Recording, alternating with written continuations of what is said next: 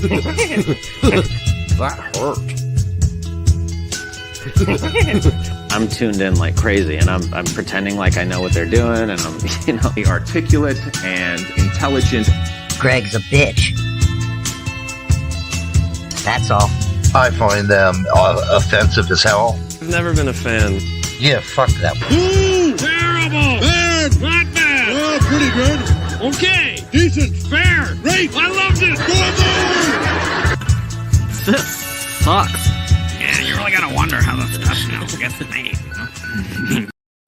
Welcome to the Straight Red Card.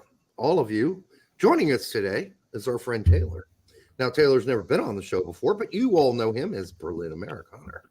And we're happy to have you on. Taylor's going to actually be the first guest to be on our show through the fluff period of the show. Oh, finally.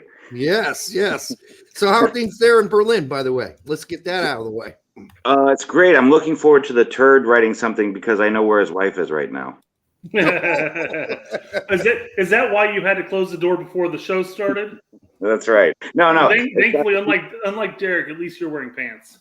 If you hear knocking under the table, you know where she is. Oh, more like a bumping of head, right? Right. Oh God, I could make a Winalda joke here, but I'm just not going to go there. No, not after we made up. No. All right, we made up. We're all good again. I don't want to get on his bad Always side. good on this road. All right. You know, it's weird. It's weird. We have 69 people watching right now, and the 69 happens to make my eyes on my screen. So that's pretty cool. All right, so you're already hitting the 69. Speaking of 69, I don't know if you got this on your feed today, but I certainly did. It was huge news today. Apparently, Wayne Brady came out as a pansexual. Which that wasn't. Yeah, it was a couple days back. Yeah. Wayne Brady from the Chappelle Show. Wayne Brady guy. Yeah. Whose line is it anyways? Wayne Brady. Whose line it is? Yeah. Oh, really? Yeah. That Wayne Brady came out as a pansexual. I don't even understand why he bothered telling us all that. No one cares. Well, nobody cares. I agree, but he hasn't really been on anything since a couple episodes of How I Met Your Mother. So this is a lot of people are speculating that this is now becoming aired to stay relevant. Yeah. It's a very. I don't know how this makes it stay relevant. I don't either. This is not a way to stay relevant. It might be a way to get in the news. But you love who you love. That's up to you. Yeah, I don't give a fuck what he fucks. All I'm saying is it's a weird thing to come up on my screen. I haven't heard of Wayne Brady for a while. I haven't heard anything from him. And the next thing you know, I know he's a pansexual, which is on Twitter. No, this is on my Microsoft News feed. Which every time I open a tab at work, it has the news of the day, right? It's trying to say, and apparently they think I care about that issue, so they put it on my feed because they're always trying to get me to read something. Yeah. So now we know what type of porn you're watching, Derek. Microsoft and sexual porn. Well, good for you, Brady. You do what you got to do, Wayne. And no one cares, really, honestly. Speaking of Brady, real quick, Tom, I'm not an NFL football fan at all, but on Twitter there was this picture that I swear to God looked exactly like Pete, and so I but he looked a little bit stronger and all that, and so I go through it once. He's got a little bit of his chin is a little more defined, and I was like, oh, Pete must have been really angry when he was canceled. And so I scroll through it, and I'm like, no, that's Tom Brady. And I was like, wait, Tom Brady's an NFL player, right? Right. If you look at Tom Brady, there's some tweet from today. He looks almost exactly like Pete. He has some similarities there. Yeah, there's some similarities there. Although I haven't really met a whole lot of. I haven't really met a lot of people that look like Pete before. He's definitely different looking. I mean, there are people look similar to him, but like. So this is how it's going. Taylor, you said, Pete looks like he's been working out a bit, so he looks a little stronger. And Derek's like, yeah, he's different looking. Pete, read my books. All right, let me read the turd here. The turd in the background says, love that guy. Yes. What would we do without Michael Cameraman here? Welcome back to the Straight Red Card. It's a very special show. A fellow from Berlin joins the show. The women in Poland are going nuts, and my wife is sucking someone else's Oh, knock on that table, yeah. She doesn't swallow, by the way. My wife is anti-Michael sexual. She fucks anyone but me. God, I love that guy. Oh, this is so good. Do you guys know? Well, okay, you're not going to say it, but I really would love to know who the fuck that is. God, I just We double. got ideas. Yeah, we have some suspicions, but it's okay. I mean, lots of speculation. I mean, we could be wrong, so we're not going to name it out. Besides, it's just good that he shows up every show and does this shit. People used to think it was us. It's like, no. Yeah. Time for that. Adam Wiggins, thank you for the $2. 2 a.m. in Berlin. We appreciate your dedication. And we absolutely do. Do you have to work tomorrow morning?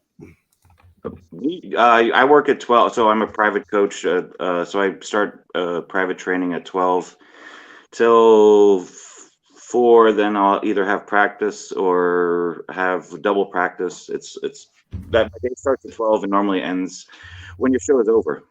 Do you want to talk about what club you're at or anything? Yeah, and I can talk generally. I prefer not to name specific clubs, but I can talk about types of clubs. Okay. So I just I more or less won the. I'm gonna have to translate a little because I've forgotten the English words. But BDM. I'm the. I was a coach for 2016, born in 2016, and basically won everything in the year 2016. And we're invited to a special sort of selected league for Berlin and Brandenburg. Brandenburg is the state sort of circling Berlin. And so, but I decided to leave the club just because it was run by basically the hierarchy of the club was basically a dictatorship and a dictatorship of a specific sociopath nationality.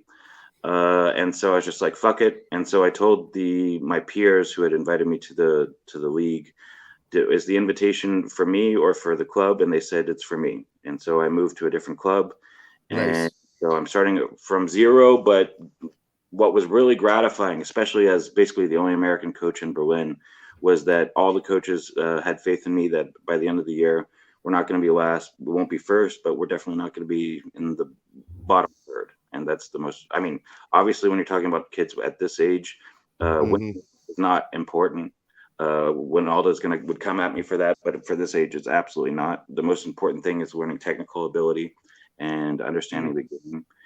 And especially that kids learn to think for themselves. You know, I just can't tell you how much I hate seeing stuff on Twitter or Instagram or whatever, where the coach is always telling the kid what to do. That is not the right way. You need to ask questions as a coach.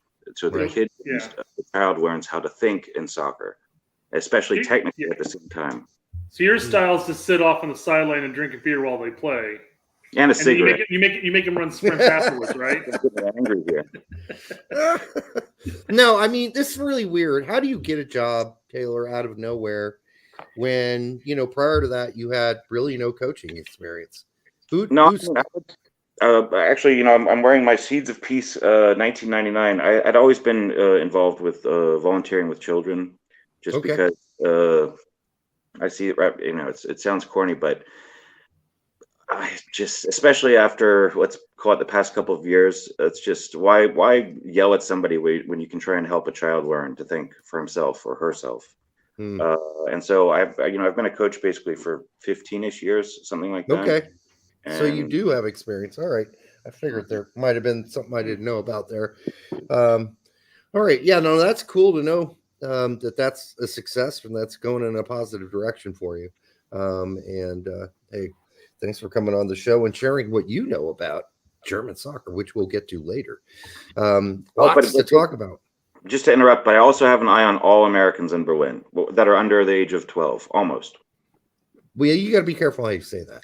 Yeah, I mean, we get you, but we know what you're saying. I don't know about them, man. All right, so we saw what happened to Pete. We've seen what happened to Derek. People clip stuff. So. It's true, they do. I was going to bring up some other stuff, but it's too serious, and I don't want to go there because I did watch a video today all about what's going on in Kensington, Philadelphia, and it's like a zombie land of addiction, and they're just people passing out on the streets. But I'll get to that on another day because that's too serious right now. It really is way too serious. All right, and then there are all the videos that I've been watching. I don't know if these are popping up on your feed, but the whole "Why I Have No Friends" videos. No, Derek, those videos don't appear in my feed at all, actually. And, we can get into that another time, too, because we got plenty to cover today. Brian DeMarco, bro, smoking a butt and drinking a beer at 2 a.m. Be still my heart. All right. That's cool. Hey, Jose. Oh, Jose. What's going on, brother? $4.99. Can't stay and watch, but shouts out Berlin. Many a fun time in the chat. It always is, Jose. Yeah. Cheers, buddy. We have one of the better chats, I think, out there. Yes, we do. Any updates on Malik Sanogo? I didn't see him on the roster for Union for Augsburg this weekend. I was at the game, the test game. Or is it Union Berlin? Yeah, I always get those two teams fucked up.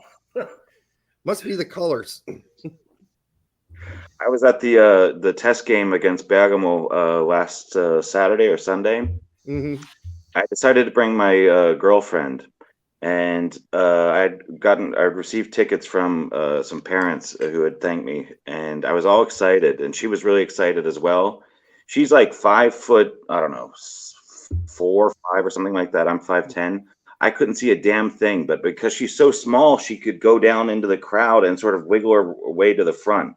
So I basically spent the entire game seeing nothing, and she had basically front row tickets. You didn't put her on your shoulders or anything like that? No, let's not exaggerate about her weight here. No.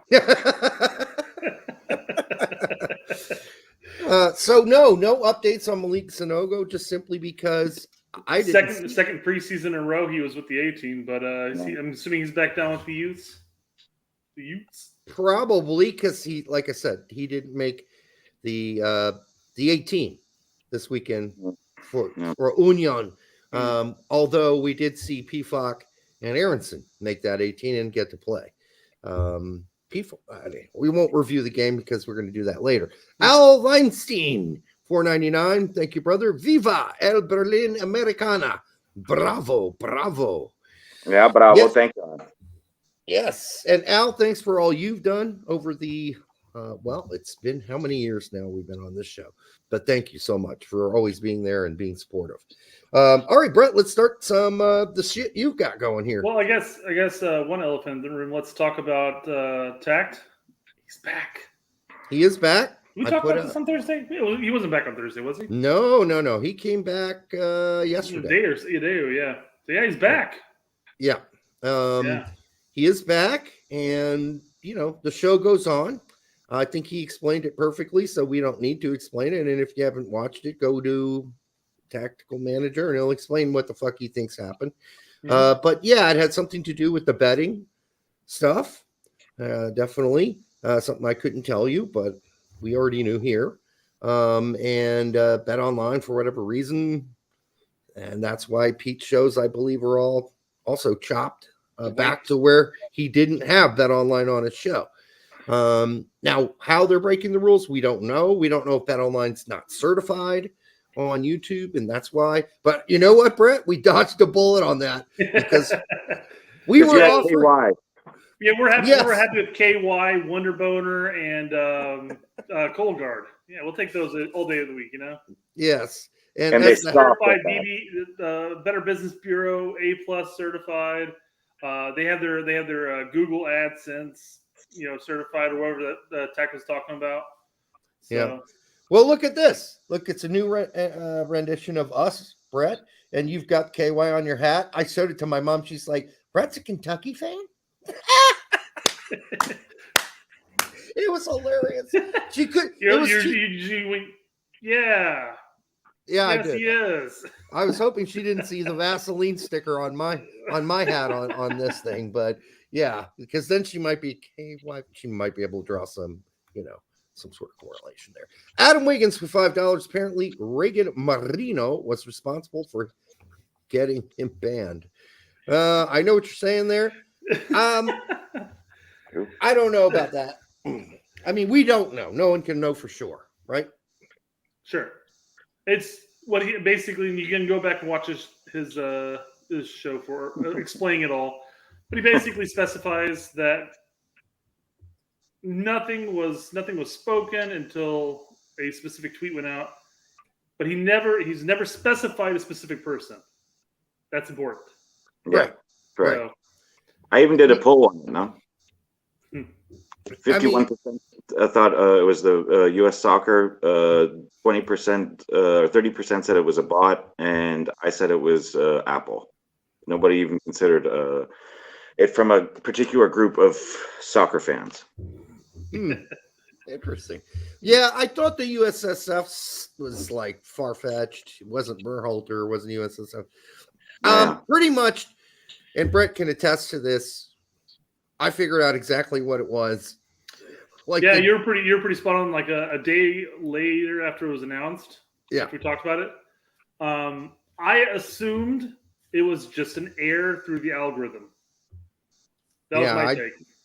And eventually, once he got past the bots on YouTube on his appeal, they would realize nothing was amiss and he was fine. But that's kind of what happened, anyways. I knew it as soon as Pete deleted his videos. That's right. That's when it happened. That's when I text you and say I know exactly why there's a problem going on here. Mm-hmm. And then, of course, I conferred with them and they confirmed that, but I kept my mouth shut because it's not our place to say. Anyhow, I'm glad that's all cleared up and we're moving on. Mike B, $5. Today's episode sponsored by Bet. Oh, shit. Not even saying that. That I will not say. And the Rapino Foundation. I don't believe Megan Rapino has a foundation, and if she does, it's to raise money for herself. All right. So, I mean, I've always said Rapino, and I hear half the population say Rapino. Rapino, Rapino, right? Does it matter?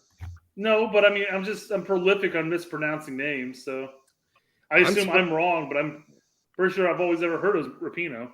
I'm surprised we haven't heard talk in the third person more, and thus know exactly. Yeah, exactly.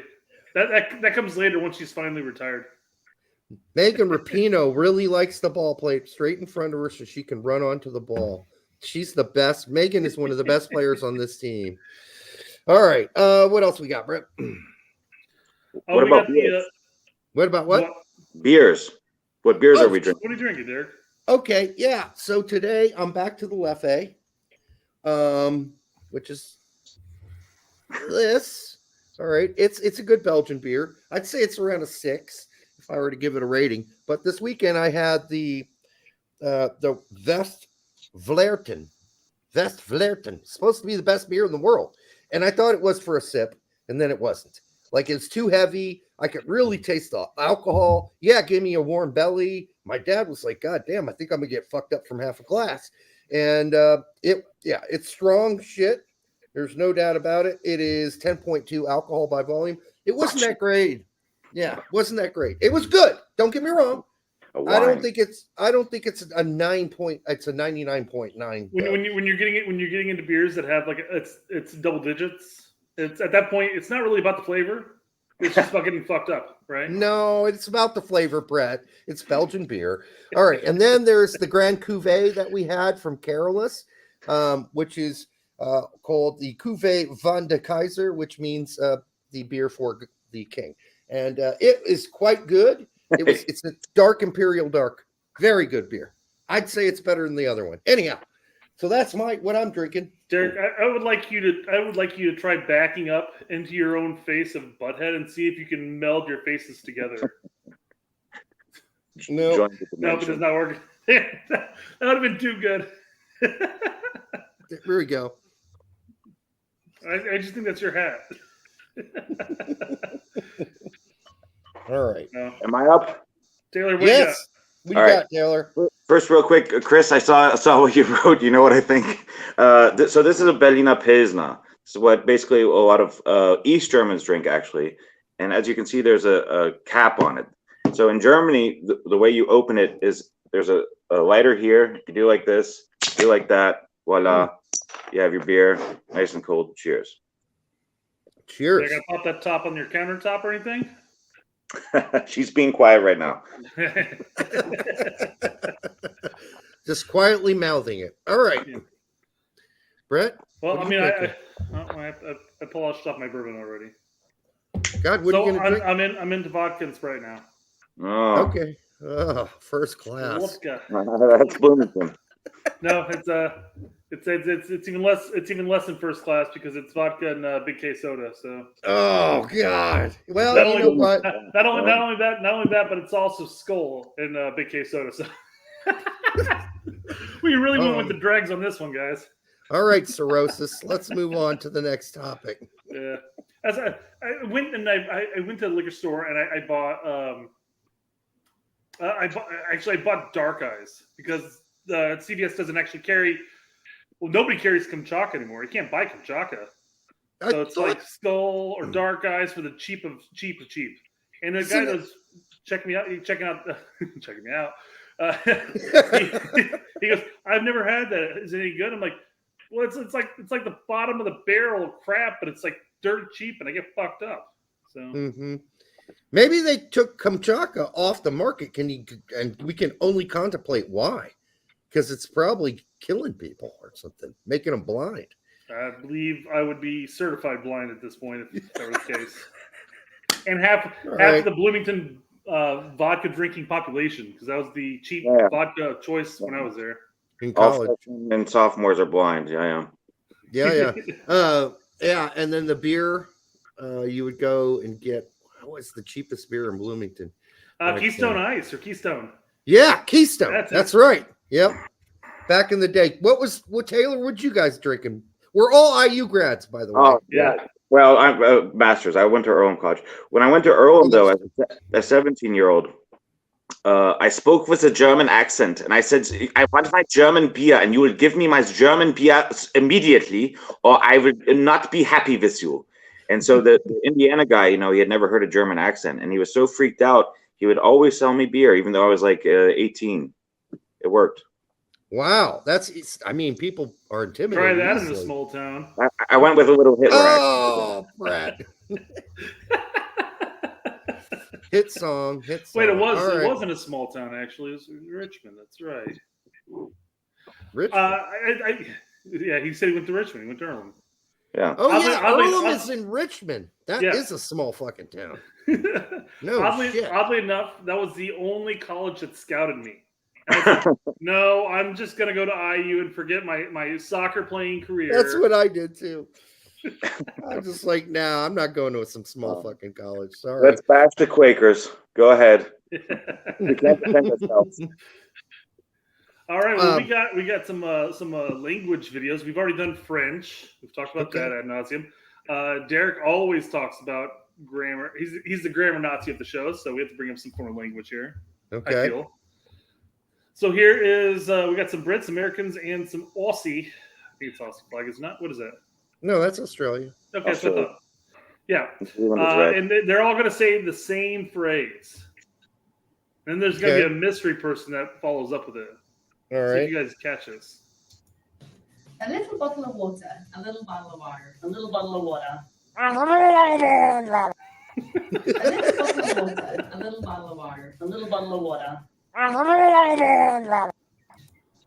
So it's like it goes from posh all the way down to just like slums, and then all of a sudden you have an alien saying the same thing, right? You know what? Usually Australian the accent's more annoying than she did.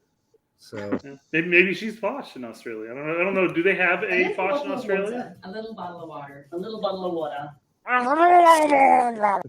It's still pretty annoying the way she's saying it. The Aussies are saying it. I'd much rather listen to someone from New Zealand, frankly. Yeah. But I don't think there's a posh Australian. Maybe there is, and I don't know about it. It's either super annoying or just kind of annoying. Those are the ranges of Australian accents. Personally, I think it's what every person says after 10 bottles of Belgian beer.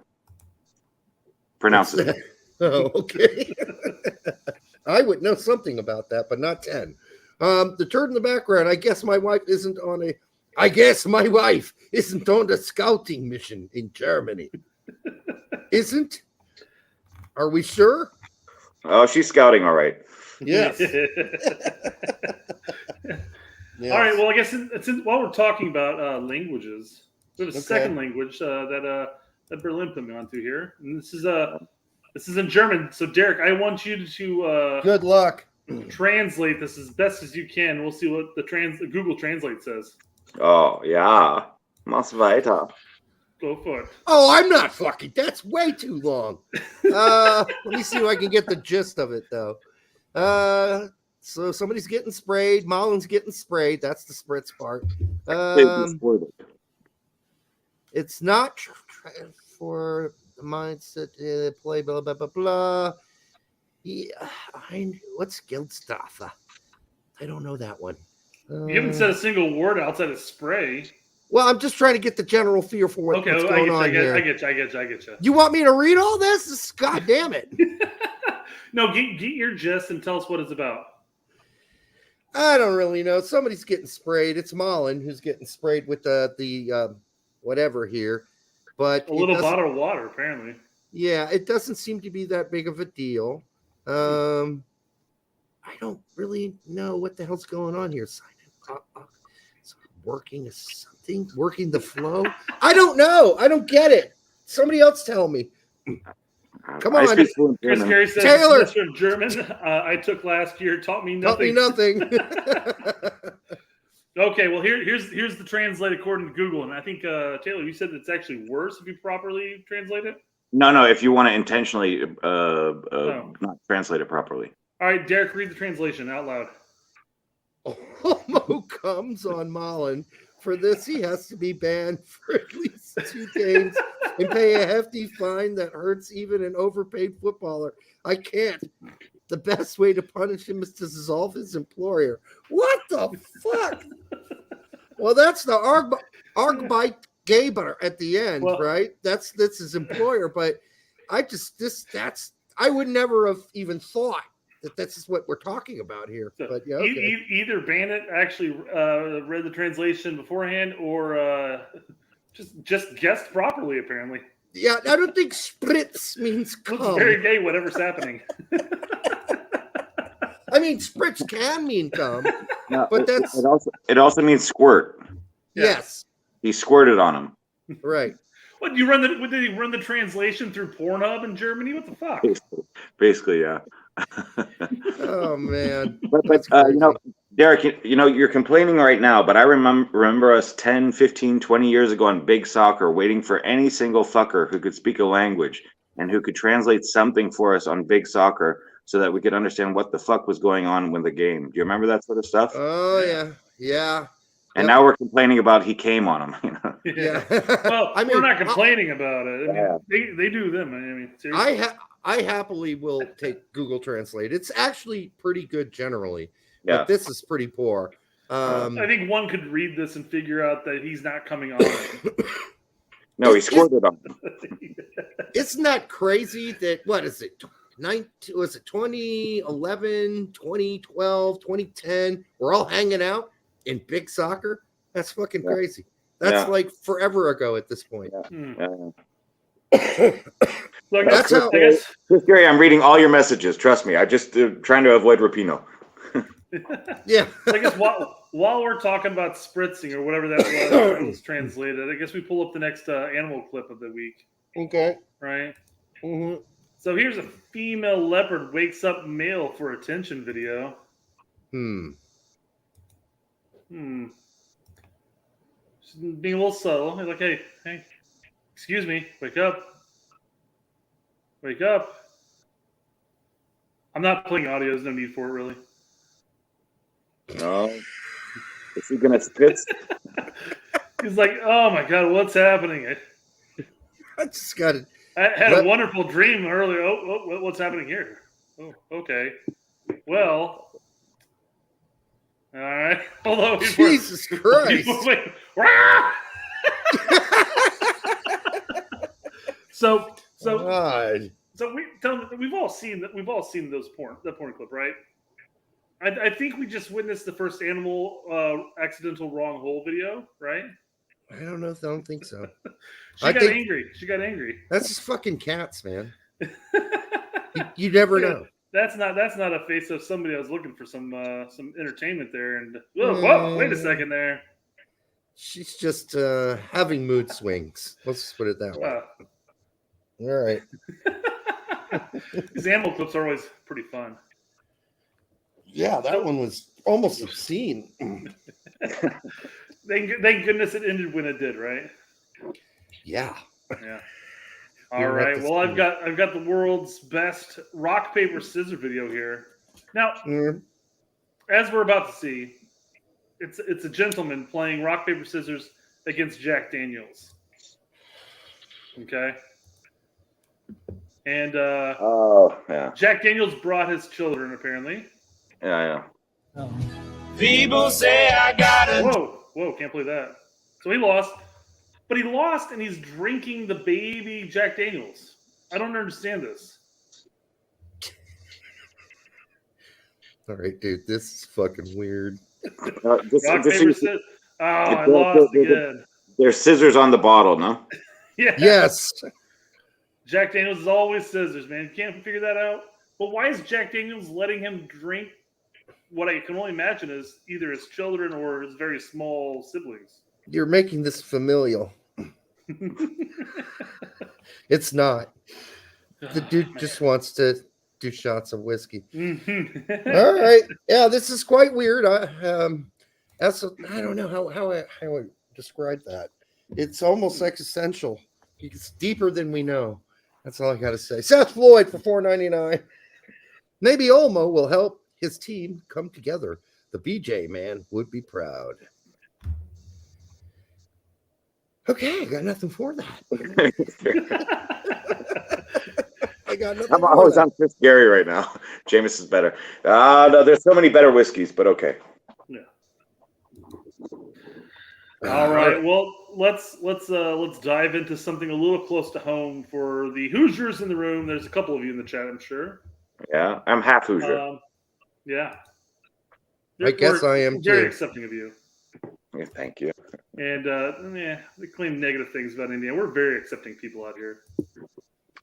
I'm even gonna go that route. Okay. All right. Anyways, I don't even know where you're going with that. Derek. Well, I'll tell you later. It was a funny one, but all right. Probably not so much. But have you seen the new Indy 11 jersey? No. Oh boy. Well, have you heard the song from Indiana Beach? No. There's more than corn in Indiana. You've never heard of that? I've heard of the saying. Okay. Yes, it's more than corn in Indiana. There's Indiana Beach. I guess I'm not a real Hoosier. Yeah, you probably say Ruoff instead of Deer Creek, you fraud. I don't. I do still say Deer Creek. Everybody should say Deer Creek. Because I'm old. Yeah. Either way, check out these jerseys. Nuh-uh. Yeah, because look. No way. Oh, you can't see because I have to do a different screen. Hold on one sec. There's no way that can be real. The Indy 11 shop. Come get your corn jersey. All right. Well, I'm calling Greg tomorrow. Only $60, Derek. I know you got it. Don't you dare use the good hard-earned money of Straight Red Card to buy this either. It has to be your money. I'm not, but I will call Greg tomorrow and I'll text him and just let him know those are some corny shirts. Yeah. But yeah. But basically just Mike Irish, who's a Hoosier, says it's corny. Yeah, that's too much. That's too much. Even for me. Spencer Dirty for $4.69. This is pornography. It is pornography. It's for all those folks who get off on the cobs, you know? Oh. Niblets. So Chris Gary brings up Herc's point. Is it dripping or tripping? It's tripping. I'm sorry. I don't. There are definitely people out there like, that's dripping. I'm like, when the fuck would you ever wear this? Yeah, it's weird. It looks like you're having. I think a lot of Hoosiers would wear that. Fuck off. No way. I wouldn't touch that. I wouldn't touch that with your dick. Yeah, you.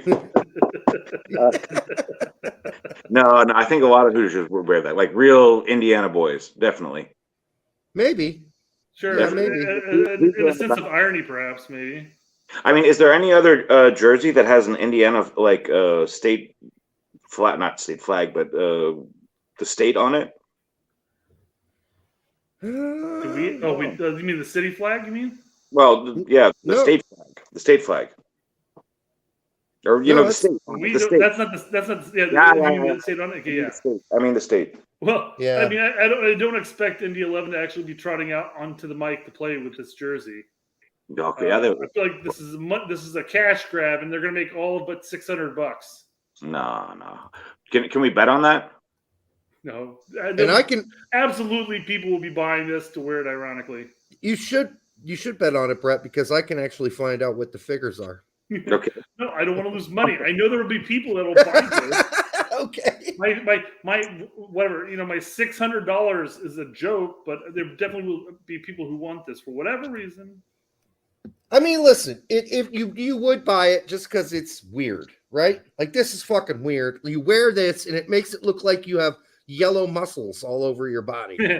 Look at my six pack. It goes all the way up to my chest. But seriously, honest question though. If you were to replace Indiana with, like, let's call it Sweden, that would look like a very good Swedish jersey. It would, but it wouldn't make any sense because they don't really grow corn in Sweden. Yeah, but they're all reptilians. and it doesn't matter at that point because that doesn't necessarily have to be corn in Sweden. That could just be a yellow jersey with a weird looking design. I mean, hell, look at the United States men's national team and women's national team jerseys. Please not. It has absolutely nothing to do with anything, and they're all garbage money grabs. So should Idaho make one with just a big pile of potatoes all over it? Maybe. I don't know. That'd just be a brown jersey, would it not? It's a weird trend. So next year, instead of the corn, Indiana will actually be soybeans. So I don't know how you depict that on a shirt. Yeah, but they're selling identity. I agree. Some people will buy this. Yeah. And they'll walk proudly around and wear this because it screams, I'm a freak. Got to get the girls someway. There's just a bunch of college kids that'll get this just because other people will say, what the fuck is that? And they just love the attention. 100%. It'll sell. Yeah. I just think it's kind of garbage. Len says for $15, Len's getting deep here. I've got to get back to reading Dr. Faustus to comprehend the USSF. Oh, fuck. Oh, no. You need fucking more than God to understand them. Yeah, you might need it. You need to dip into more sociopathic, deeper into sociopathic thinking than that. Yeah, unfortunately. All right, Brett. Actually, maybe you have to dip into a bottle of bourbon. You would find. Well, I don't know. Bourbon makes me violent. All right. Thanks, Len, for the 15. That's awesome. We appreciate that. Len, you're great. I mean, $15. So Faustus is Fauci or what? Who is? I don't know. I rarely don't know something in literature. Dr. Faustus? Who is that? Brett's going to look it up for us. Yeah, I don't know, actually. I assume it. Dr. Faustus is an Elizabeth tragedy by Christopher Marlowe. Elizabethan, sorry, yes. Okay. That was first performed in 1604. The play traces the fall of an ambitious German scholar, Faustus. No, it's knowledge of his collapse into self-indulgent mediocrity. That's actually pretty good. I think that would help you understand the U.S. men's national or U.S. soccer. No, I'm pretty sure that this is something I've read before, but not since 1992. So it's not sticking. Because the names sound very familiar to me. Just read what it is. I know, but even before that, I kind of knew. Like, I think I have an idea. You knew of it, and then I just jogged your memory. It'd be like asking. It'd be like asking me to recite, somebody's book I've read once from 1992. Like, I'm not going to remember a whole lot of it unless it's like the basics, like it's Edgar Allan Poe or it's like, the American Renaissance writers. I remember most of them, but I could maybe recite one sentence from David Thoreau's works at this point, but I know generally what he was getting at, right? With civil disobedience. All right. Anyhow, so back to the betting on the jersey and whether or not it'll sell. Chris Scary says bet on it. Use promo code. Oh no! I love Chris Scary. Just don't bet online. Oh no! Yep, bad idea. Apparently, Bandit tells us exactly who Dr. whatever Faustus is. He's some nerd. In the 1600s. It sounds a little Dostoevsky-ish, actually. A little, just a tiny bit. Mm-hmm. All right. Not Dostoevsky. God damn it. Bukowski. Sorry. Bukowski? Bukowski. Self-loathing. Yeah. Self-loathing. Loathing others as well, by the way, Bukowski. But. Well, Derek, better swallow because it's your favorite part of the show. What does that have to do with swallowing? You were drinking at the time, Derek. Oh, all right. All right, you ready? Oh, no. Yes. Transfer news. Everybody loves that transfer news, but me, I hate it. You're not alone. Here we go. It's from Otaku, who is... It's actually at Now Arsenal's who he's quoting. Otaku. Oh, well, okay. AS Monaco and Arsenal are in advanced negotiations over the signing of Florian Balogun. Monaco's improved offer, which will be submitted this week, is expected to reach close to $50 million after add-ons. Both clubs are confident a deal will be wrapped up soon. Yeah, I didn't know that Monaco had that kind of money. Does anybody else? Same thing Pete said, actually. I was going to bring that up because Pete's like, I didn't know Monaco had that much money. Really? Yeah, he said it too, yeah. Sometimes Pete and I just are so much on the same. I don't know, man. Troll Foot Berlin is the YouTube or Twitter account Troll Football. That stole tax. Yeah.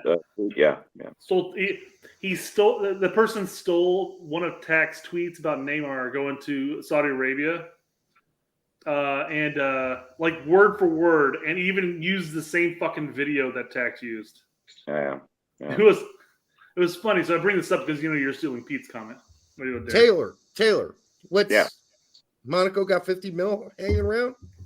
Well, you never know what sort of rich guys are hiding in the shadows. But the point, what I really wanted to say to you, Derek, explicitly, is thank you, brother, for cursing this stupid ass transfer news.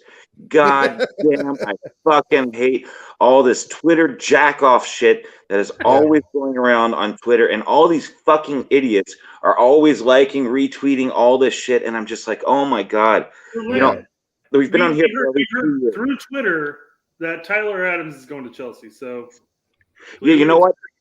I actually, if I may, I actually was surprised at myself because I had commented on that, and some guy that I talked to, I forgot his name right now. He pulled up the Fabrizio tweet, and so I was like, okay, well that explains why I actually commented on a tweet or actually believed it. But all this fucking stupid ass rumor bullshit. They're making this shit up just to get in. It's going to be even worse now. This is another topic that if you want to talk about this impression shit, where if you get over 50 million, you're going to get paid. Do you know how many trolls are going to be incentivized just to make up lies without end? This will be just complete, it'll be fucking Holland going to the Vikings or, whatever the fuck. He'd kick the shit out of that football, man. Well, here's the thing. That's why we're going to have to be here, and we're going to have to clamp down and continue to gnaw away at the bullshit, right? And that's what this is. So there's so much of it. It's just total bullshit. It's made up out of nothing. Yeah, it is. So Monaco, Monaco sold Disasi to Chelsea for 45 mil. So maybe they do have somewhere around there laying around. I don't know. And, you already know that he's a proven commodity in League exactly. the 8th European League, right? Well, Brett, here's the thing. For that much money, I would need to see Florin Balogun do that for a couple seasons before I spent that much money on him. Yeah. I just bashed League and I got nothing for it. Well, I'm just telling you, this is bad money spent.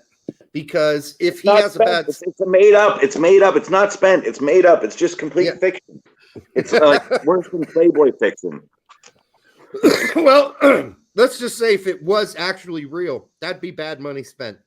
That's not what you do. Of online's you don't know my girlfriend, she lives in Canada type of rumor, right? No, it's like, listen, it would make no sense for them to spend that kind of money on a player who's had one good season. Yeah. It just doesn't make sense. You don't spend that. That's like big boy money. That's money you spend on a player that's proven it year after fucking year. Especially for France. Yes. I mean, if it was EPL, Not for Chelsea, though. That'd be a drop in the bucket, right? Yeah. Well, Liga side, Cadiz are reportedly interested in signing U.S. men's national team and fucking Dallas striker Jesus Ferreira. They finished 14th in La Liga last season. I don't think this is unbelievable, but it is kind of out of fucking left field. Diego mentioned, he quoted, not necessarily maybe this one, but one of the many Ferreira quote or comments out there said, unless Cadiz is willing to pay the same amount that FC Dallas is paying him, he's fine with staying in FC Dallas. He's comfortable there, is what he said. I'm paraphrasing, of course. Wow. That takes us to a Pete here. Jordan, can I just say Jordan Morris out there? Pretty much, yeah. I mean, listen, he speaks Spanish, right? Yeah, one would imagine. I wouldn't want to presume that wouldn't be the first guy who grew up here, lived here, and has a name that is Hispanic that doesn't speak Spanish, but I assume he speaks some Spanish. He should be able to fit in pretty well. And it's not like Cadiz is better than Luca De La Torre, right? Right, because he didn't speak Spanish. So good example. So I'm not saying that's impossible. It just seems like out of nowhere. But if 29 is saying that Cadiz is only going to get him if he gets paid the same amount of money, I don't think Cadiz can afford him. Yeah. Was like what is up for? He's making like 1.2, 1.3 or whatever, something like that in MLS right now. Really? What? Something like that, yeah. Yeah. So I'll pull it up. You guys. He's a DP, Taylor. Yeah. So is the Turd's wife. Yeah. Yes. So he makes 1.65 mil. Yeah, I don't think dollars. Yeah, American, not Canadian. I don't think he's going to get that kind of money from Cadiz. Cadiz are one of those. They're not one of the teams that are like loaded, and they struggle to sign players. So yeah, the entire bottom. This is bullshit rumor. Anyways, he's clearly off to Napoli, right? He certainly is not, BMR, and you know that, but that's funny. But yeah. So, Pete says if Ferreira wants to be taken serious by U.S. men's national team fans and reach his full potential, he should go and prove himself at a good level. I personally think La Liga is way too big of a jump. Can I come at Pete for that? Yeah. I love Pete. I love Tack. Love you guys. You know that. That we were talking about transfer spam. That's also a little bit of spam from Pete in the sense of, obviously that would be the right decision to better his career, blah, blah, blah. But he's under the USSF guaranteed MLS wing. Why the fuck would he jeopardize that? If he goes over there, they could pay him $2 million. He can kiss his ass goodbye with the USSF. Taylor, read the last sentence here, though. I didn't even get to it. Oh, sorry. I love you, Pete. If he wants to get more U.S. men's national team camps under Berhalter's regime, he should stay in the West. My spirit animal. No, I mean, listen, Pete's right about that, but I don't think that. I think here's the other thing. We all have talked about Ferreira's mental health challenges, how he doesn't perform under pressure. This is a lot of pressure to heap on a kid. Go over to a country you've never been to before. Go totally out of your comfort zone. and he might just crumble. I think if he played for Cadiz, he would do pretty good against the bottom half of the fucking La Liga. But against the top half, he would struggle. How many Caribbean team players are over there, though? That's a big factor. Not enough. No, not enough. Wasn't there also something about his mom? Like, isn't he always taking pictures with his mom or something like that? Larry always wants us to pull up pictures of his mom. Okay, then it was Larry that's always saying that. Okay. Yeah. Because she's hot or something. She's got huge tracts of land.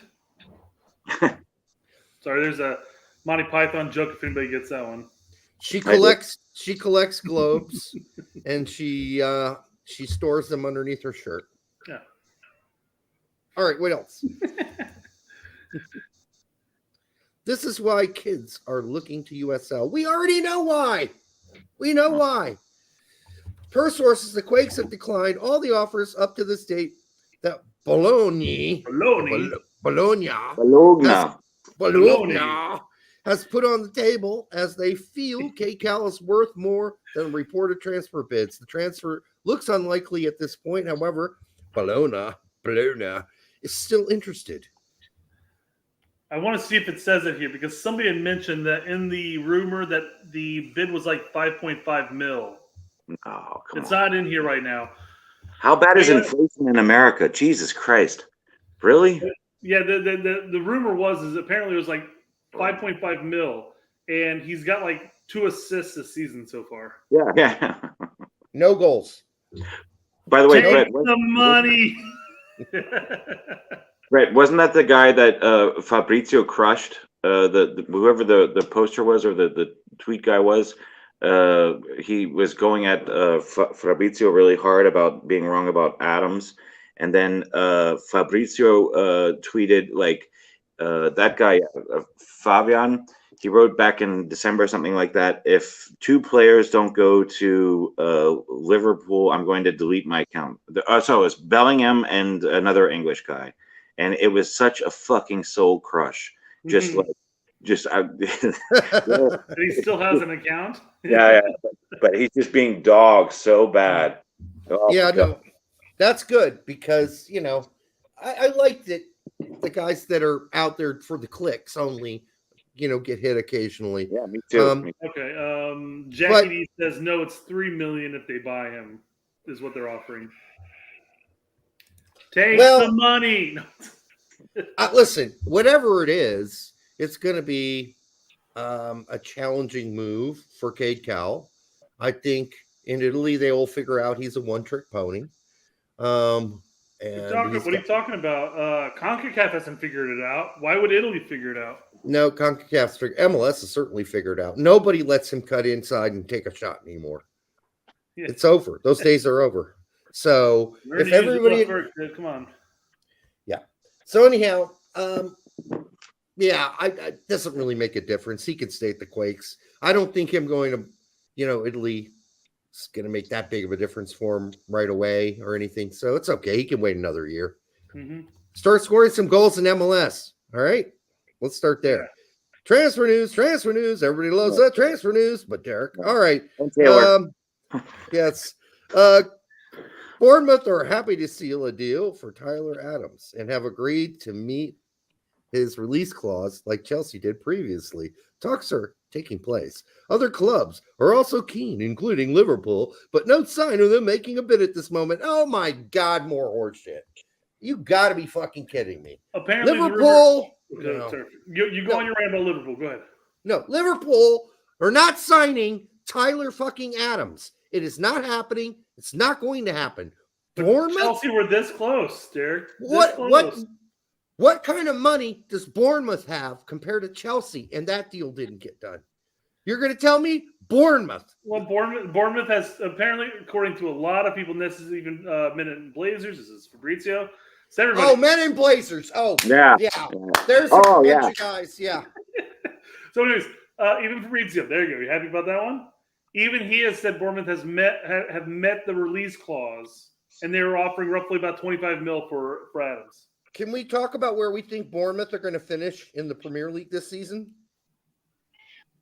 We can try. Yeah, let's bet. How about near the bottom? How about playing for another team threatened with relegation all fucking season long? Yeah, but this is Derek, if I may be fair, this is a consistent story with a lot of American players who try and play in the EPL.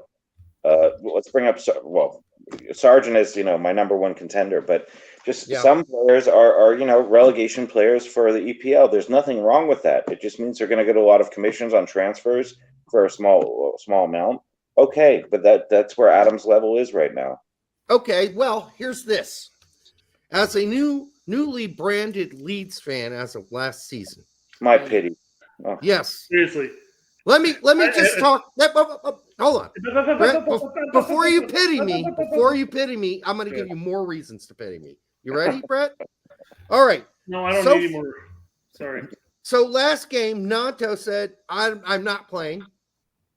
You can't force me to, and I'm not going to play. So Nanto says, I'm not going to play. Now, today he said, okay, maybe I'll think about coming back. So we'll see. All right. They lost Roca. They lost Adams to injury. Harrison just went to fucking Everton. On loan. So he'll be back next season when Leeds back in the Premier League. Vober went to Germany. Nanto, we already talked about. Aronson is at Union Berlin. McKennie went back to fucking Juventus. Sinistera is now saying he refuses to play. He wants to be traded. He wants to be sent away. So this team now is down to playing like the scraps on this team. And we were talking about when this last season ended and they were relegated, like there was a shot that a good chunk of these guys stayed on and were loyal to Leeds, that there would be a chance they could bump straight back up. Hey, not their defense. They need to bolster that defense still, but yes. Oh, no, their defense is a championship level defense. And with Wober, it would have been championship pretty good, right? They couldn't even hold on to that guy. So now they're back to Cooper and what other schmuck they can put next to him. And yeah, this team they're going to be fighting at the bottom of the table in the championship. This is the kind of team like Greuther Fürth that could drop like right away. Again, back down, or not grow. Who's the other team in Germany who like dropped like a rock that Bello played for? Bello played for Bielefeld. Bielefeld, yeah. Let me get a beer. 1 second. We're talking. Okay. Oh, thank you for pulling up your pants. I appreciate that. We're talking about a team that. I'll be right back. A woman. All right. We're talking about a team that could drop multiple fucking levels over 2 or 3 seasons here. That's how bad they are. So I'm just saying. And you know horrible. What? You know what? They got rid of Jesse Marsh, so clearly they deserve it, right? Hey, Fark is a good manager, but now look what he's left with. Scraps. When the first week's match came up and everything, I looked at that lineup. I go, well, here's a squad that might score a lot of goals. And guess what? They did score. They scored like 2 goals that game, but they also leaked 2 goals too. But speaking of championship teams that have shit defense, Norwich has some shit defense. Yes. I mean, what? They scored 4 fucking goals in the match and they still fucking tied it. Yeah. No. If they don't fix that shit, it's going to be like this all year with Norwich. Although, frankly, the team they played's not a bad team. So here's a fun interaction I had with the Leeds fan, and I didn't have any problem with him. He doesn't have any problem with me. This is just.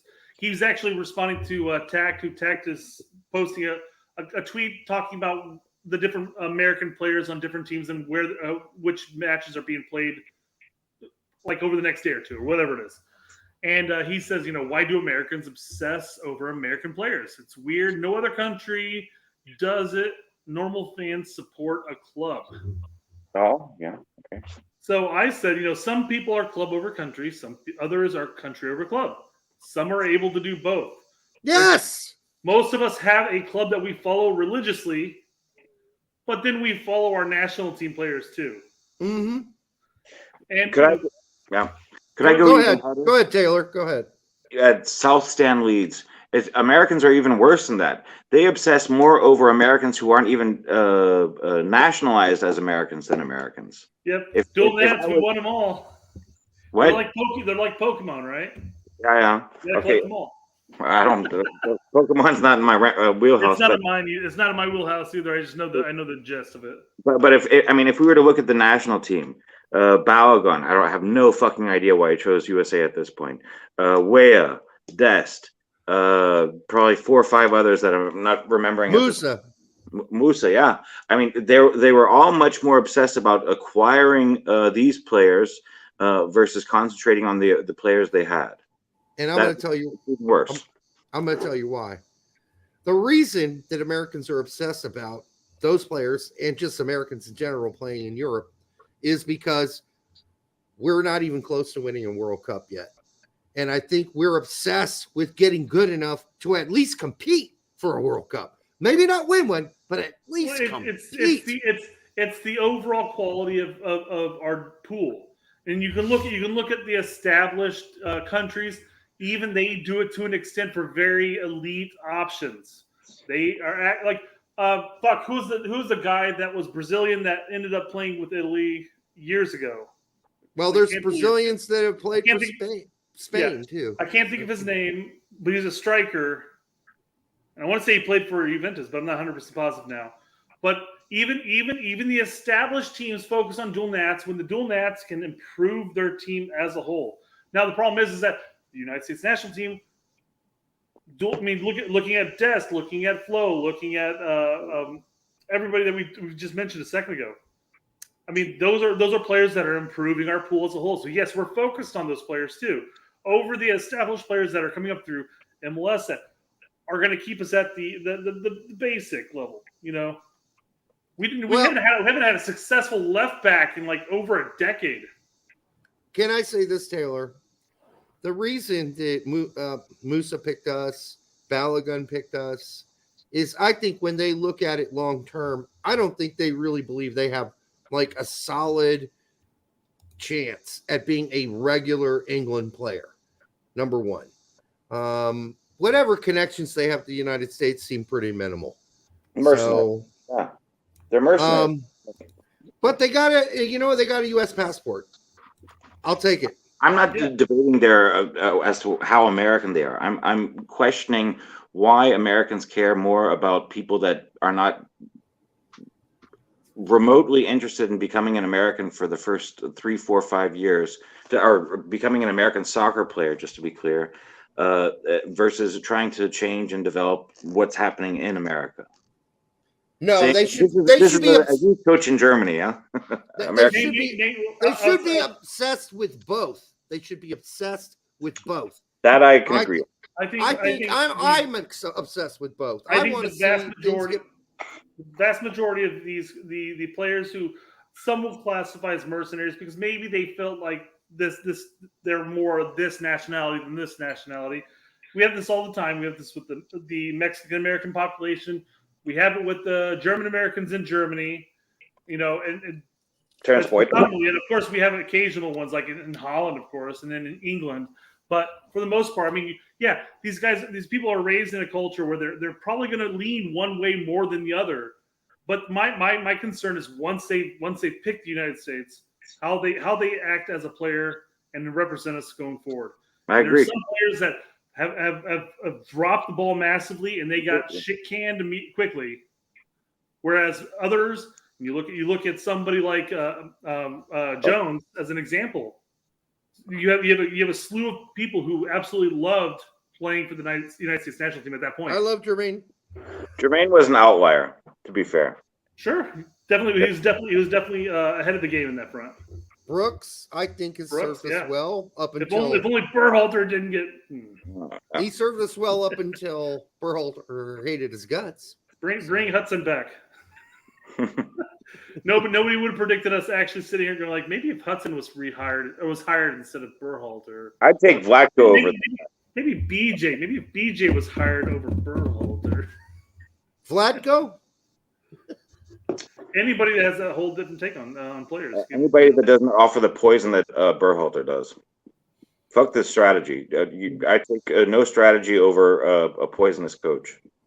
Yeah, I would agree with that. Although, Vlatko is a big pile of steamy goo Um, residue, but at least he's harmless for the most part. Yeah, and I guess to quickly finish this point here with South Stand Leeds, he says, Americans are a country over club, and there's no other countries that are like that.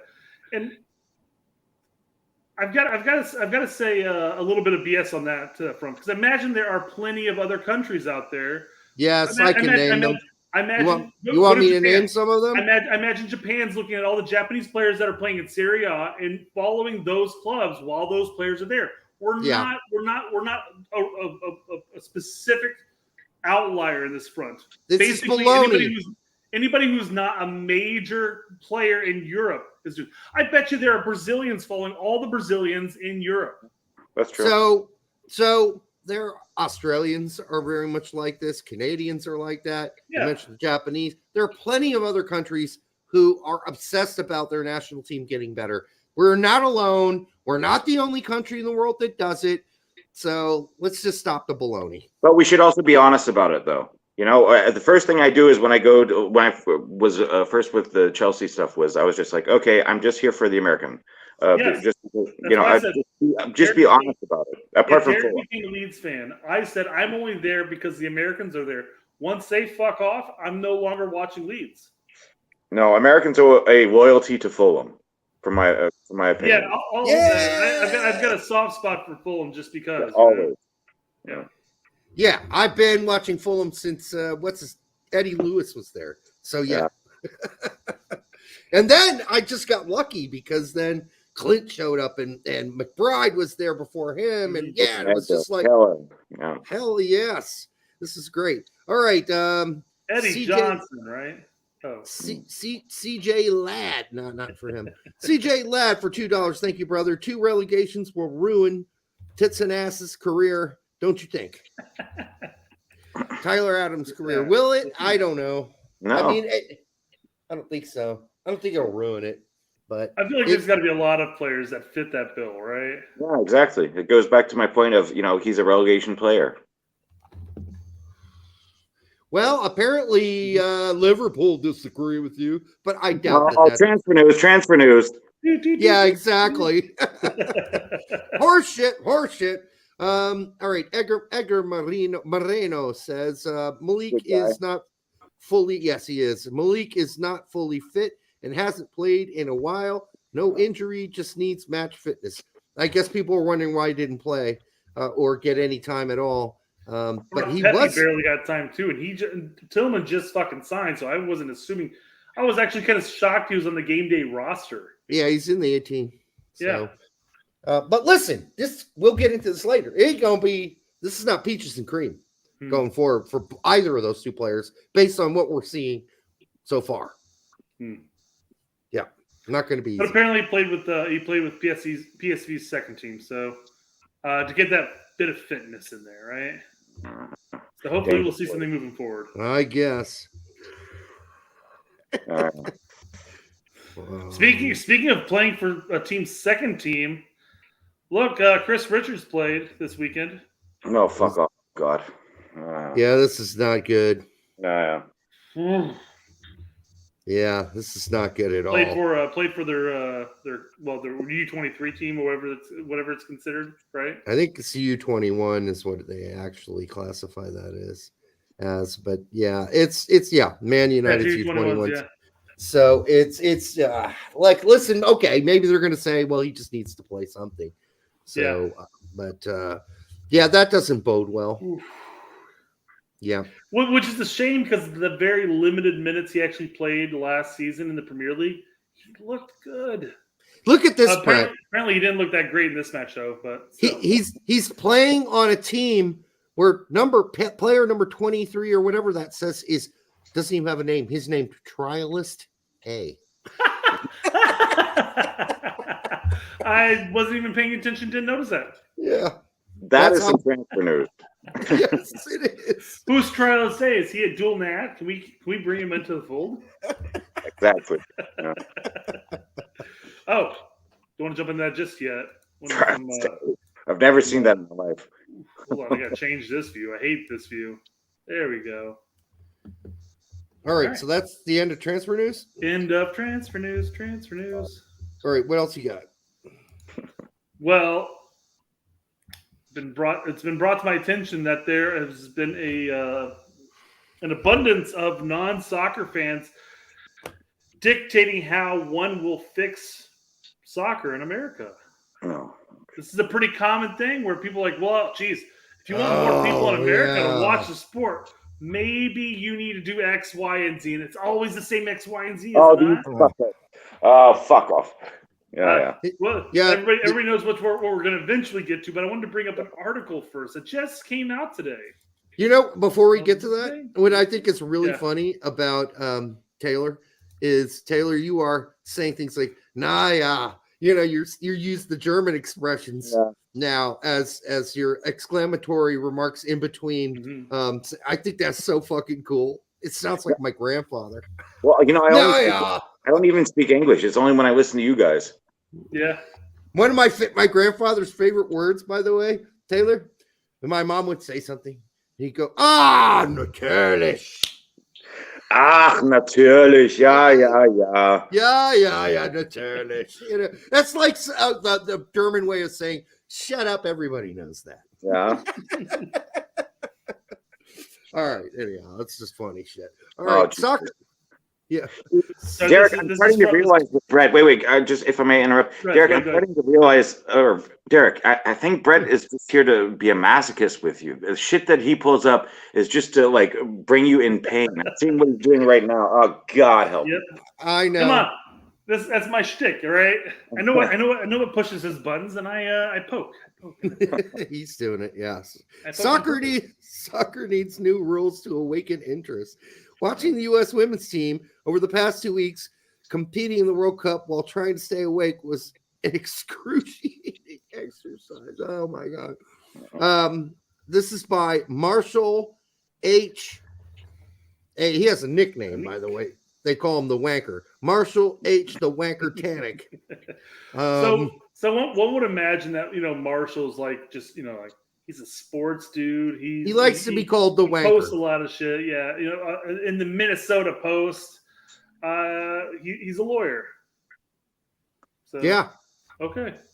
So this is an opinion. This is an opinion piece, but it's an opinion piece. Any soccer fan, like 30 years or older, has heard ad nauseum throughout their youth and life in general.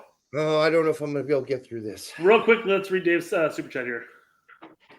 Dave Valensky for $4.99. Thank you, Dave. You're giving me something to be thankful for before I have to dip my toes into what will seemingly be complete and utter horseshit. Do you think the Saudi Soccer League is here for the long haul? You read it right. The long whore, or does it fold if it doesn't fit in World Cup? So there's a lot of people talking about how like the Saudi League is putting up all this money into the league because they're going to be vying for the 2030 World Cup. We just had a goddamn World Cup in the desert. We're not going to have another one for a goddamn long time. Of course we are. Unless the bribes are pricey. Exactly. Otherwise, no, they're not going to get it. It's going to go back to Europe or whatever, Russia? What? China? No, come on. Of course they're going to get it again. Why do you think they're going to spend trillions of dollars by 2030? They just saved $750 million by not signing Mbappe, so they got the money now. Yeah, money is infinite. Yes, I know the money's infinite, but can you look more like a fucking toothless whore and have another goddamn World Cup there after we just had one there? Dude, Messi tickets they're paying $500 for Messi tickets. The world just with soccer, all they care about is attention now. It's not about caring about a club, caring about principles.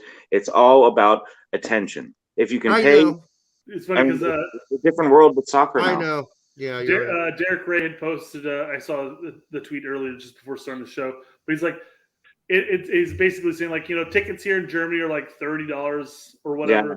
And it's like it's such a weird, strange flex to sit there and boast about tickets being $500 to go watch Messi. It's vulgar. Yes, it is. It's fucking vulgar. Like they have, it's really been pissing me off for a long time about this. Where Derek Ray sort of really did a great job of highlighting, how cheap German tickets are, because there really is a affinity to a club, and because German clubs are owned by plus more or less by the supporters. It's just $500 for a newly founded whatever the fuck it's called, Leagues Cup in Philadelphia, and people, minimum ticket, yeah. But what really pisses me off is they're not even fans. They don't care about the game. I've watched part of the game, and every single motherfucker had a handy up or a cell phone up, and they weren't even watching the game. What they're trying to buy, they're not going to watch a game. They're trying to go there to gain social media capital, meaning to try and get likes. That's why the premium is so. And this is going to be a giant cavity. Long term, this is going to be a disaster for. I see NAS 2 version 2.0 coming up slowly. USL's counting on it, and that's why they're looking at promotion relegation right now. They're like, man, we'll just wait for MLS to fuck up. They should. I don't know. They're only going to raise the cap to $7 million, and they're going to add another DP MLS. That's what was agreed upon, because that's all they can get out of the old stingy owners who are still in the league, who have a bigger say on the MLS board than some of the newer teams and owners who want to spend more. So this is sort of an in between, if you will, compromise. So yeah, we're going to get a higher cap. We're going to have an extra DP. There's going to be more TAM and GAM. And, so we'll see if more money injected to this league makes for a better, maybe we'll see better defenses. I don't know. No, come on, Derek. How drunk are you? Jesus Christ. He's had a couple of 10% beers, right? He's toasted at this point. I sort of got into a fight with Dave, MLS. thanks for the fight, buddy. Appreciate that. I sort of got into a fight with MLS Moves about this. And, he was just cock slobbering all over this messy shit. And I was just like, I could not find this opinion more or less vulgar. Once Messi is gone, not only will the plastic fans be gone, but you've crowded out all the fans that would be interested in generally attending MLS games. And I'm a MLS version 1.0 guy, and like we fought hard as hell to try and support MLS. And what they're doing now, I don't want anything to do with it. Yeah, I mean, we saw sort of the same thing with Beckham, right? We had this huge influx, and then after he left, it was kind of like we petered down and came back down to earth for a while. Same thing happened with Blanco in Chicago. I mean, it's not universal, say, across the nation with Blanco, but at least in Chicago, there was definitely a sellout games. The entire time he was there, and then when he left, a chunk of those people left. Yeah. Some stayed, but a chunk of those people left. Well, it didn't help your ownership fucked all of the supporters. So, but we won't. I'm not getting into that. Topic there, yes. Yeah. So Jesse Negron, thank you for the $4.99, brother. The prices are this high for Miami because of scalpers. It's the resale value that is so high, not the price the teams are selling it for initially. Well, then you got to get a hold on scalping. I mean, I don't know what the team can do to stop that, but you got to get a grip on it.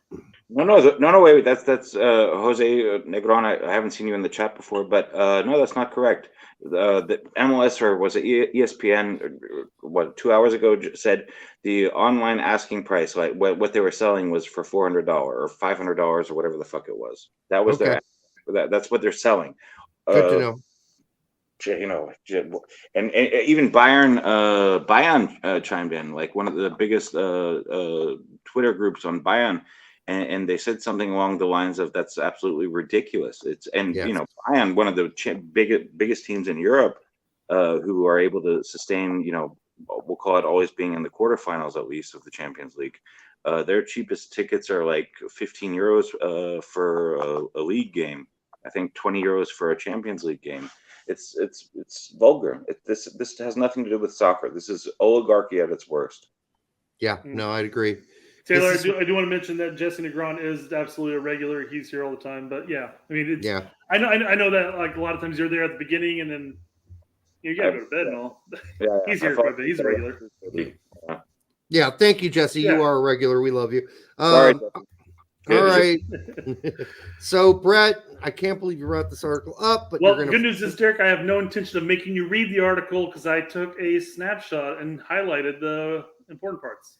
Okay, good. Thank God. So, Marshall here in the Minnesota Post has posted what he thinks is going excuse to me, Wanker. He Sorry, likes to be called Wanker. Yeah, the Wanker here is he's figured out what's going to make soccer very popular here in the States. All right. I'm going to read it. This one. One second. Is it sadism or masochism? Which one is it? I've only met him once, so I'm going to do my best to interpret his voice. All right. You got to stop by shortening the field on pitch, so there's more action take place near the goals, and a corollary reduce the number of players on the pitch at any given time, say to 8 or 9, with frequent substitutions like hockey. Then he says, making the ball a little smaller, but not too little, to mar viewing or increase the size of the goal, would also augment scoring, much to the consternation of the goalies union. Goalies union? God, what a What twat. is They should have called him the twat, not the wanker. Also, giving each team a free penalty kick, say at the start or end of each half, would add to the excitement and the scoring. I would jizz in my pants if these were the rules. They left that out of the article. Yeah, well, that's below it. Sorry, you did read the article then. Yes. I didn't want to read it again, though. All right. Yeah. I'll give him some credit. Before the highlighted parts and everything, he did talk about watching the women's national team playing was like watching grass grow. So you got to give him props in some part, right?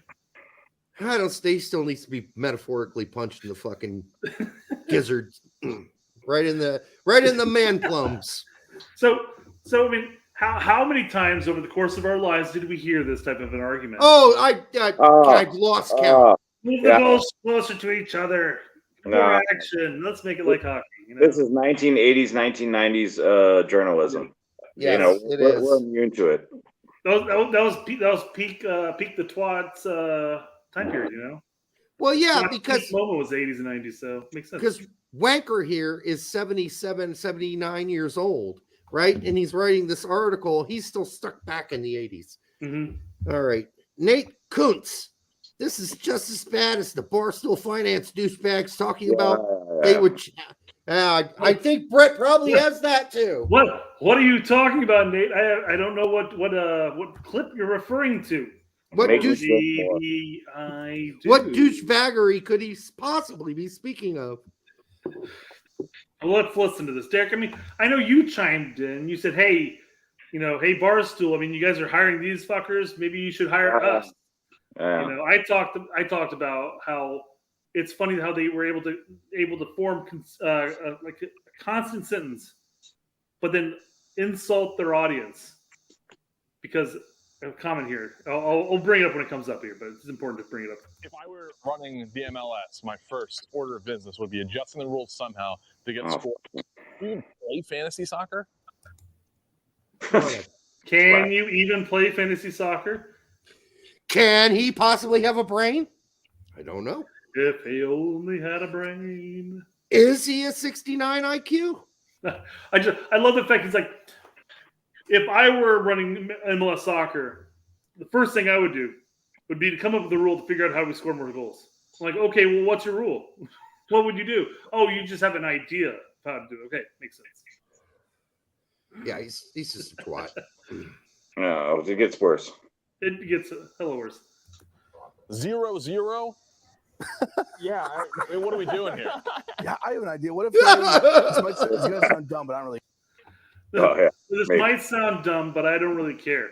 Basically, he's saying, I don't trust the audience to take in the context of what we're saying and come to this conclusion themselves. I'm going to go ahead and let them know that this is probably a dumb thing I'm going to say. And he came up with it while eating a bowl of fucking Twinkies. He couldn't stuff them in his mouth fast enough. He doesn't really care how stupid it sounds. Well, he doesn't care about a lot of things. Just take a defender away, right? Yeah. I don't think it's that dumb. Get scoring. What if soccer was just like it was just in MLS? It was just the entire time they were just playing like a what's it called in hockey? Why am I drawing? Power play. Power play. They just like the whole game's. So what sports do they follow? I mean, they can't even remember power play in hockey, right? They don't know anything about soccer. So to get goal scoring up, we'll just take away a defender, right? And that way the other team is up a player. Almost like an insta red card until the other team gets the ball, and then a defender has to run off the pitch real quick, right? Taylor? Is that the idea? These are the guys that are going to buy the Indiana jerseys. Yeah. Yeah. Oh, come on. I don't know this guy. No. I don't mean corn in his life. I don't. No, but these are the stupid people that I'm talking about. Like, if they see like an Indiana flag or something like, we'll remove Indiana. Where are they? The Angels or wherever the fuck these idiots? They're not. It's disrespectful to call idiots or these idiots as idiots just because there's not a word for like how vulgar they are as like just general sport fans. It just, oh my God, help me. They're a bunch. How will the fans in Germany take to these new rules for soccer? They don't take to it, right? They're not higher scoring games in Europe. No, right? they're not for Germany. They want for MLS. But the point being, these are a bunch of they work for MLS. No, they want the rules for MLS. Yeah. Okay. No, I don't even think MLS would take these fucking scrubs to hire we them. Implemented the 35-yard PK shootout, man. Hey, that was fun. But a lot of injuries, but yeah. Yeah. Anyhow, bunch of knuckleheads. I added Dave too, I think later on, but so we'll see. Dave's busy eating pizza, so who knows? But he should get back to actually hiring people who aren't fucking nimrods to run the shows that he has. Otherwise, now that he's the owner again of Barstool Sports, if this is what they're delivering as far as content, this is like, I don't know, you got to be drooling while you watch this because you're so fucking stupid, because your brain's so fucking numb that it doesn't work. So, I mean, Lawless is better than this. Well, by miles. As S27 points out for $1.99, Lawless's analysis was just like these guys. This was the analysis as far as we don't need solid defending in MLS. We just need more goals, right? Right. No, I agree. In some ways, this is scary. Like Lawless would be hanging out with these guys and going, "Yeah, that's a good. Let's remove a defender. That's a great idea." Oh, Lawless is just so losing. He's so losing any sort of fucking, I don't know. He never had it anyhow. Counter Jefe at 100,000 something. I'm not sure what the fuck that is. 100,000 tiny nope. That's not again. The fuck is that? I know a lot of denominations. No, I know what it is. It's 100,000 tiny little dicks. All right. It's a bachelorette party is what you're saying. Yeah. So he just gifted us 100,000 tiny little dicks. All right. Per stadium pricing, Atlanta dropped food prices for AUFC and Falcons games and somehow made more money. This is 100% a positive domino effect with friendly pricing. I agree, FA. Yeah. I just wish the rest of the dumb fucking numbskulls would figure it out. What's the fucking stadium food Twitter handle? It always posts like pictures of stadium food and they tell you what the pricing is. And they're like, "Hey, here's a jerk chicken pricing at some like League One in England team for like $6, not euros anymore, £6." And then in comparison, you look at a couple of pieces of fried chicken, like fried chicken fingers, for like 18 American. So I mean, it's fascinating. That can I have a discrepancy. Can I get a second? So I sort of have a background in economics, and so what NFL was really successful in doing is changing it from you visit the game every single weekend to they cut down on the season tickets to change it basically into visiting the Disney World, or it's a one-time experience, and so you're willing to spend a lot more marginal money on this one-time experience. And so that's what they've done with Messi. The problem is that they're killing they're murdering their own fan base. They're seeing what they're doing with Messi, and it's just like, what if I'm a Minnesota United fan or a Kansas City fan, and why do the big cities always get special rules, or they break the rules? Why should I even participate in a system that's always willing to cheat for these fucking Barstool idiots? Did that make sense? Maybe. Yeah. But the same thing with NFL in that sense, though, is that they made it like that, and all it does is make it easier for scalpers to get the tickets, and they're selling them at a higher rate, which is what we're basically talking about here. But they claims that that's the Vietnam currency, and Counter Yeffe says tiny dicks equals Vietnamese dong. No, that wasn't the bot. The bot is the Vietnamese currency. That wasn't the bot. No, my God. That was not the bot. No. That was hopefully it's not typing in from fuck it. Do what? Fuck it is a city in Vietnam. Okay, yes. We know that's not the Vietnamese dong. If this is the proper, oh Jesus, whatever the flip over for currency, because it was a gold super chat, which means that it was at least $10 for whatever currency it was. It was like $10 to $19 roughly range. And of course, this comment comes from the whites. Great. Yeah. The whites. Apparently, 1,000 Vietnamese dongs equals 420. Jeff A, you're right. It's in Thailand. My fault. Yeah. So what Vietnam or Thailand, yeah. Thailand, yeah. Fuckets in Thailand, yeah. All right, well, let's finish listening to these fuckets. Oh, geez. Hey, while you guys continue to listen to this, and so it's going to be you two for just about 1 minute. Cover your balls. I will. Please. I'm going to go pee. I'll be back. Old man's got to pee. Oh, Brett, you're on your own. Fine, I'll listen to these fuckets myself. All right, well, we got 33 seconds. We got 20 seconds left. So if the ball goes on your side, because it's an even game, I don't know how many people on each team. 11. I don't even know how many people are on a team. Like 11. Then stop talking about the fucking sport. Seriously, you guys need to just shut the fuck up. Talk about whatever sport you guys fucking follow and go with that. But you guys don't know the bare basics of anything, so why are you even offering anything? Because the funny thing is, the shit that they describe, the quote-unquote power plays, the less players, the condensed field, they're describing indoor soccer. And guess what? That shit didn't take off either.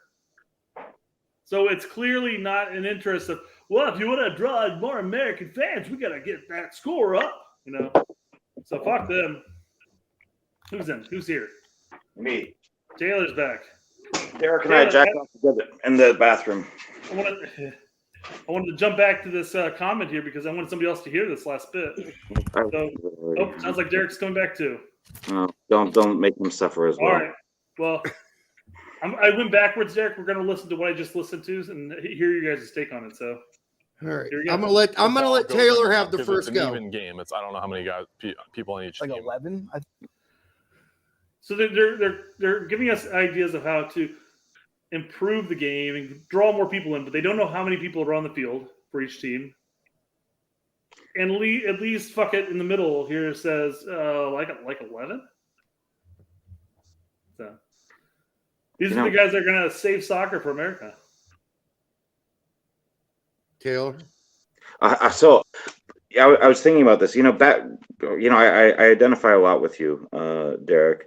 And back in our day, we used to be ashamed when we didn't know what we were talking about, or we would at least say, I'm not sure. I don't really follow that much.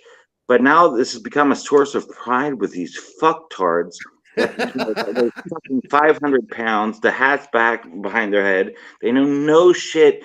And I'm worried. I'm genuinely worried about this coming generation of people that generally, are sitting in front of a camera.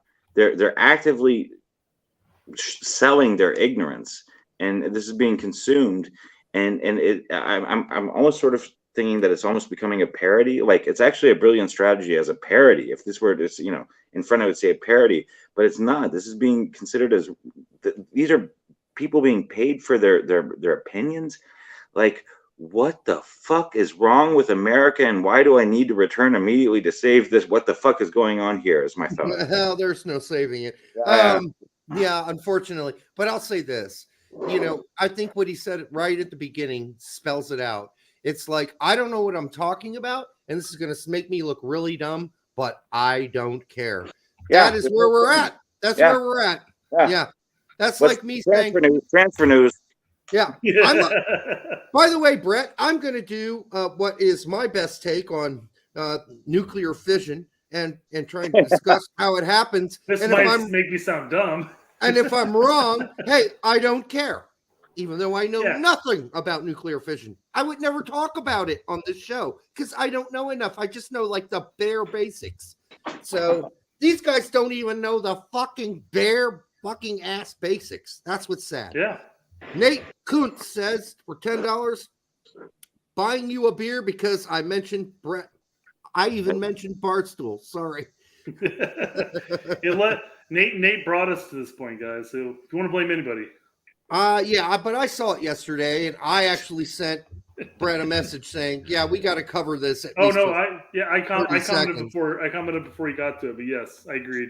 And I was literally going to bring this up. I wasn't going to do a thorough breakdown. I was going to say, listen to this 54 seconds, and I'm going to call him an idiot, and then we'll move on. But so we've given it too much time. It's 54 seconds. It's taken about 10 minutes. So let's. Yeah, I know. We're 10 giving seconds it. left. 10 seconds. So then it's 11 on 10.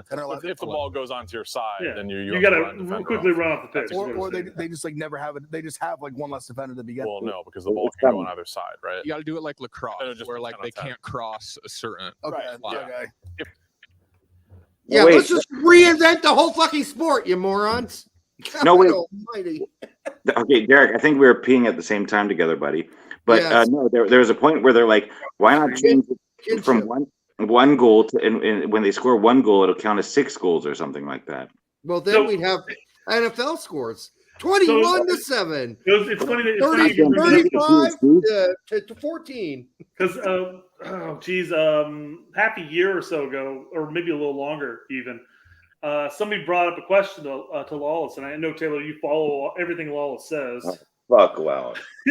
But they're like, Lexi, what would you do to improve the game? And he went over all these rule changes and stuff like that, and people went up in arms like, guys, he's absolutely trolling you because he just gave you the rule breakdown for indoor soccer. Yeah. Any goal scored outside the box automatically equals 2 goals. So I didn't even like when they added. I didn't even like when they added that to indoor soccer when I was a kid. I thought that was a stupid rule to add. Yeah. Anyhow. Well, we're jumping in. We got about 40 minutes until you really have to go, Derek. So let's quickly go into the Yanks Abroad segment, I guess. Yeah, because we got plenty to cover, guys. All right. I like how you manipulate time there. Yeah, so I wasted an hour and 40 minutes, Derek. You get 30 minutes. Let's go. All right. So let's start with Fulham this weekend. Yay. Pretty damn good game by Ream. Jedi, again, still things to get better at, but they both went 90. Jedi's still got to learn to cross. Still working on that. And but I saw that cross prior the week before. That was a phenomenal assist. Yes. I do really like Jimenez at Fulham so far. I like what he brings. He's like another Mitrovic. And you know what? He's not at Wolves anymore, and he's got a new fresh slate. You know, he can I like what Jimenez is going to bring to Fulham. I'm a Fulham fan, and I'm excited about the season. And I don't know what's going to happen with Mitrovic because there's still 18 days left. I hope he stays because Mitrovic's my boy, but really happy about the game. Taylor? Oh, dude, I've been so busy with other shit since the World Cup. Like, I was really turned off with America, and so I really haven't followed that much, and I've been really busy with coaching. So I basically follow like my forwards, if you know what I mean. Yes. All right. Well, we'll wait till we get the players you know well. That's off alone with one. My take on the match is not really even about the match. It's about what Derek just said. And BMR says it best here. Derek's a traitor or rooting on a Mexican. You're basically an older Landon Donovan at this point, right? Your second team is probably Mexico, right? I don't want him to play for Mexico, but I love him playing for fucking Fulham because guess what? If Mitrovic goes, he's Mitrovic-esque. He's not Mitrovic totally, but he brings some Mitrovic qualities that means that the team does not have to reinvent themselves and play a different kind of ball. They can play the same ball they've been playing with Jimenez. Yes. So Derek, real quick, where do you see Fulham ending in the year? Well, I can't really hope for the same thing as last year, right? But I'm hoping for that. I'm thinking about, I'm hoping for 11, 12. They finished, what, 10th or something like that? I think like they finished you can't imagine with their talent that they have on the pitch they could finish mid-table again. No, because I don't know how much last year. Like you've got an older Tim Ream, right? They didn't really add. He's getting better, right? They didn't add. He's like a fine wine. He gets better with age. They didn't add to the roster much, right? They didn't last year either, though. Well, they added some key players, though. What's his face? Who used to play at Chelsea? That was a massive ad, right? We got some predictions here. Jacob Ramirez says 12th. I think that's about right. Nakata says bottom half. Oh, S27 is my guy. The what? S27 is my guy. Yes. Well, he's our guy, too. We love him. Fargo is paying Derek. No, you said 15th. I'm guessing that's what you're referring to. No, I think 15th's too low. It says Bournemouth is 14th. Mm. Fulham way overperformed. That's my problem. I think they could drop 1 or 2 spots based from last year. So we'll see. But that's the equivalent of not winning a game. I mean, going from 12th to a 10th is like we didn't win this one game that we happened to have won last season. Okay, but look at the last game they just played against Everton. And I'm not saying Everton's a good team, but they won 1-0. They won the game in a studious way. They knew how to finish it. Like, once they got the 1-0 lead, they knew how to fucking close that shit out. Like a really experienced bunch of guys who've been together for a long time and know what's up, right? Mm-hmm. There was no doubt to me. Like, I wasn't nervous when I'm watching Leeds and they go up 1-0. I'm not panicking, right? But with Fulham, I felt comfortable. I'm like, yeah, they're going to be – Everton are going to be lucky to figure out a way to get a goal in this game. And they were not able to do so. Lose Mitrovic, they are getting relegated. No fucking way, dude. They are not getting relegated. You've got 76-year-old Tim Ream, the center back. I mean, he's gonna win. He's gonna win Golden Boot. I mean, he's gonna score all the goals. That's just he's getting better with age. I think Jimenez is gonna have a sort of mini rebirth because he's playing with a team that knows how to play with a big center forward. And Jedi is gonna get 17 assists. It's gonna happen. All right, that's probably too much on Fulham. Too much. Sorry, my bad. Yeah, no, on Fulham in general. But bad prediction. Matt Turner played 90 minutes against his old squad, and they lost. And having watched the game, I would say, like, Matt Turner wasn't horrible. He wasn't bad. I don't think the goals were necessarily his fault. I thought he had a really good first half. I don't know. He looked okay. I think he'll get better. I think a 2-1 loss to Arsenal is not a bad loss. No, it's not. It's not. It's not bad. So, I mean, it would have been a wonderful start if they managed to get a result against Arsenal in their first match. But yeah, it is what it is. That was like Leeds in the beginning of last year, no? Yeah, right. Yeah, Ethan Horvath broke Pine for 18, and he is back where he's most comfortable, riding Pine. I saw him over on the bench, shaving some of that off just so he can get a nice little butt grease in there. Who are these agents? God help me. Yeah, exactly. Austin Trusty went 18 it was in the 18 for Sheffield United did not play. They lost, so maybe that bodes well for the next game for him. If only they would have played him, they probably would have won. I mean, come on. I don't think so. And that was against Chris Richards, who's also riding Pine on the other bench. No, Chris Richards wasn't even riding Pine. He's playing for the U21. He was in the 18, Brett. He was in the 18 now. Yes. Okay. Yeah. And they did win against Trusty and his Sheffield. Let's just be really clear. Sheffield United are fucked. they're going to be really bad this season. Really bad all season. So let's just get ready for that and be. I'm not overly concerned because if Trusty goes back to the championship, oh well, he'll be right at home. Exactly, 100%. That's my point. If as long as he plays this season, I'll be happy with that move because he wasn't going to get shit at Arsenal, and he would have just been loaned again out to a championship team. So he might as well get some EPL playing time now, and then go back to championship, firing on all cylinders. Hopefully. Haji Wright. 24 minutes and a goal, baby. Mm-hmm. And a win for Coventry. So there you go. Coventry City starting off the season hot. Maybe Haji will just catch on fire. It was a nice cleanup goal. It was nice. I enjoyed it. It was good to see. Yeah, it's not like he did a lot, but he did put it away. He was in the right spot. The ball came to him. He put it away. That's 99% of the battle right there. That's what a center forward does. I know you're going to say that. I was going to say it. It reminded me of a lot of Terrence Boyd's goals, actually. All right. Dwayne Holmes is back, but he ain't in Huddersfield anymore. Dwayne Holmes is at Preston North End. He went 17 in a win for them versus Gooch's Sunderland, but Gooch did not dress. I believe he's injured. I think so. I think that's such a shame. That kid's career's toast at this point. He's been injured 90% of it. Yeah. Sargent. All right, now we get to something. Oh, the cockslobber. Talk about, yes. Quiet woman. Go ahead. Sargent got a goal and an assist in a 4-4 tie. And hold on. Let's talk about Sargent real quick. Berlin, where'd you go? Berlin, come back. Oh, it's going to be a Pete video. At least you're not going to argue that he played as an 8, are you? No, absolutely not. Thank God. Congratulations.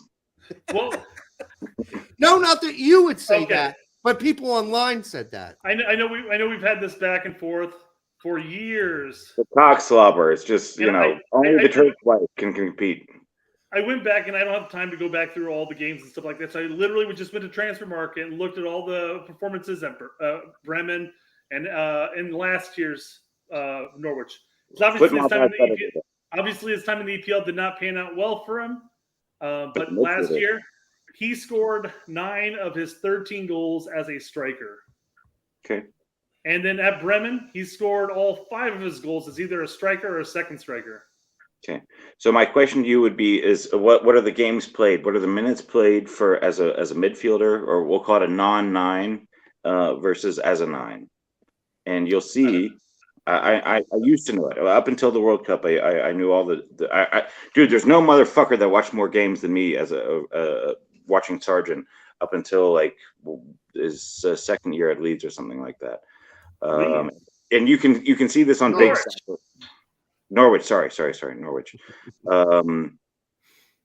Sargent needs orientation when he's at the goal. He needs a player in front of him to know where the fuck the goal is.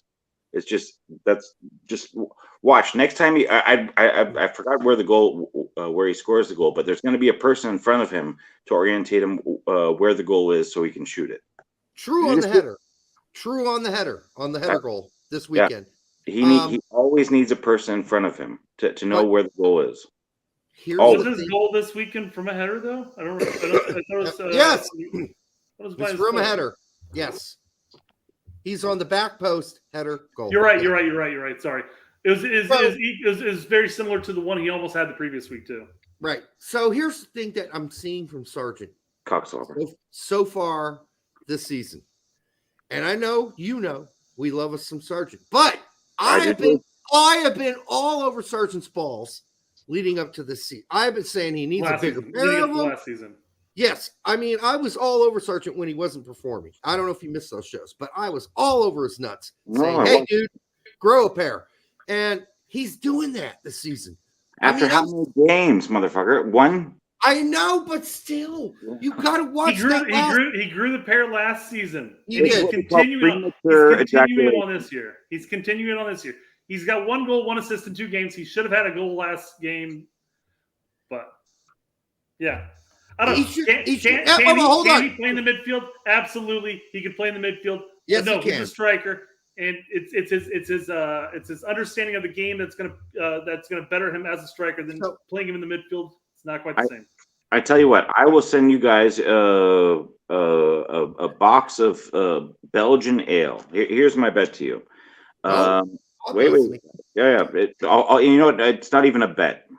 If Sargent scores a goal alone in front of goal, meaning there's no other Mitspieler, there's no other player or his co-player, his teammate in front of him, the next 5 goals. If he scores 1 goal alone in front of the goal, I'll send you a box or a case. Not a. I don't know what the fuck.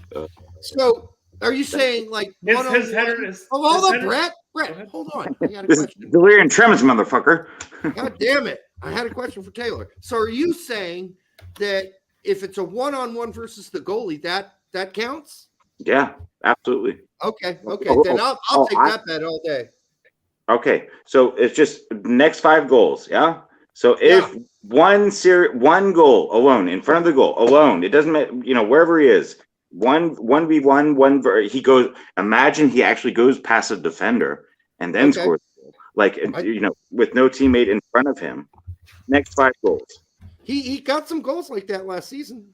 Yeah, but yeah, as a midfielder. As a center attacking midfielder. Look at his goals. He had 9 goals as a striker last season. I guarantee you're going to find one where that fits that description. Yeah, I said his next 5 goals. Okay. Let's talk about his current goal. We're talking about the future then. 13 goals. All right, so we'll talk about the future then. But here is this the goal he scored? Seems to be the furthest ahead there. Like nobody's in front of him actually. Well, I guess there's one guy. No. He's a yard behind. He's orientated where the goal is because there are other people in front of him where he can orientate himself. There's always going to be somebody in front of him, though. That's why I said a goalkeeper's always going to be a defender. Sargent scores. He goes past a defender, one versus a defender, then a goalie. When has Sargent ever done that? That is the definition of a forward. The definition. I've seen him do it. But it's been a while. It's been a while. Yeah, it's been a while. Reptilian. Yeah. No, I do. Good, Dirk. Sorry, I don't mean to keep cutting you off. No, I was just going to say, I think we're going to see a different Sargent this year. I think he has grown a pair. I think he is becoming more of a leader on that team. You see him saying, give me the fucking ball. He's coming back for it and saying, give me the fucking ball. He never used to do that. He used to roam back, and if no one passed he always went back. Yeah, he would go back, though, and if they just didn't pass it to him, he'd go, oh, okay. But now he's like, fucking pass me the fucking ball. He's demanding the ball. He wants the ball. They're passing him the ball because they know he's the dude this year.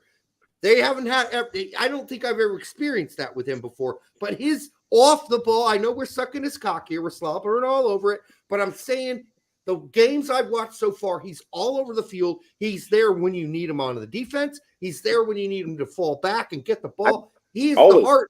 He's the best player on this team on Norwich. I guess my argument about this is I don't give a rat's ass what type of goal is scored as a striker if he scores as a striker.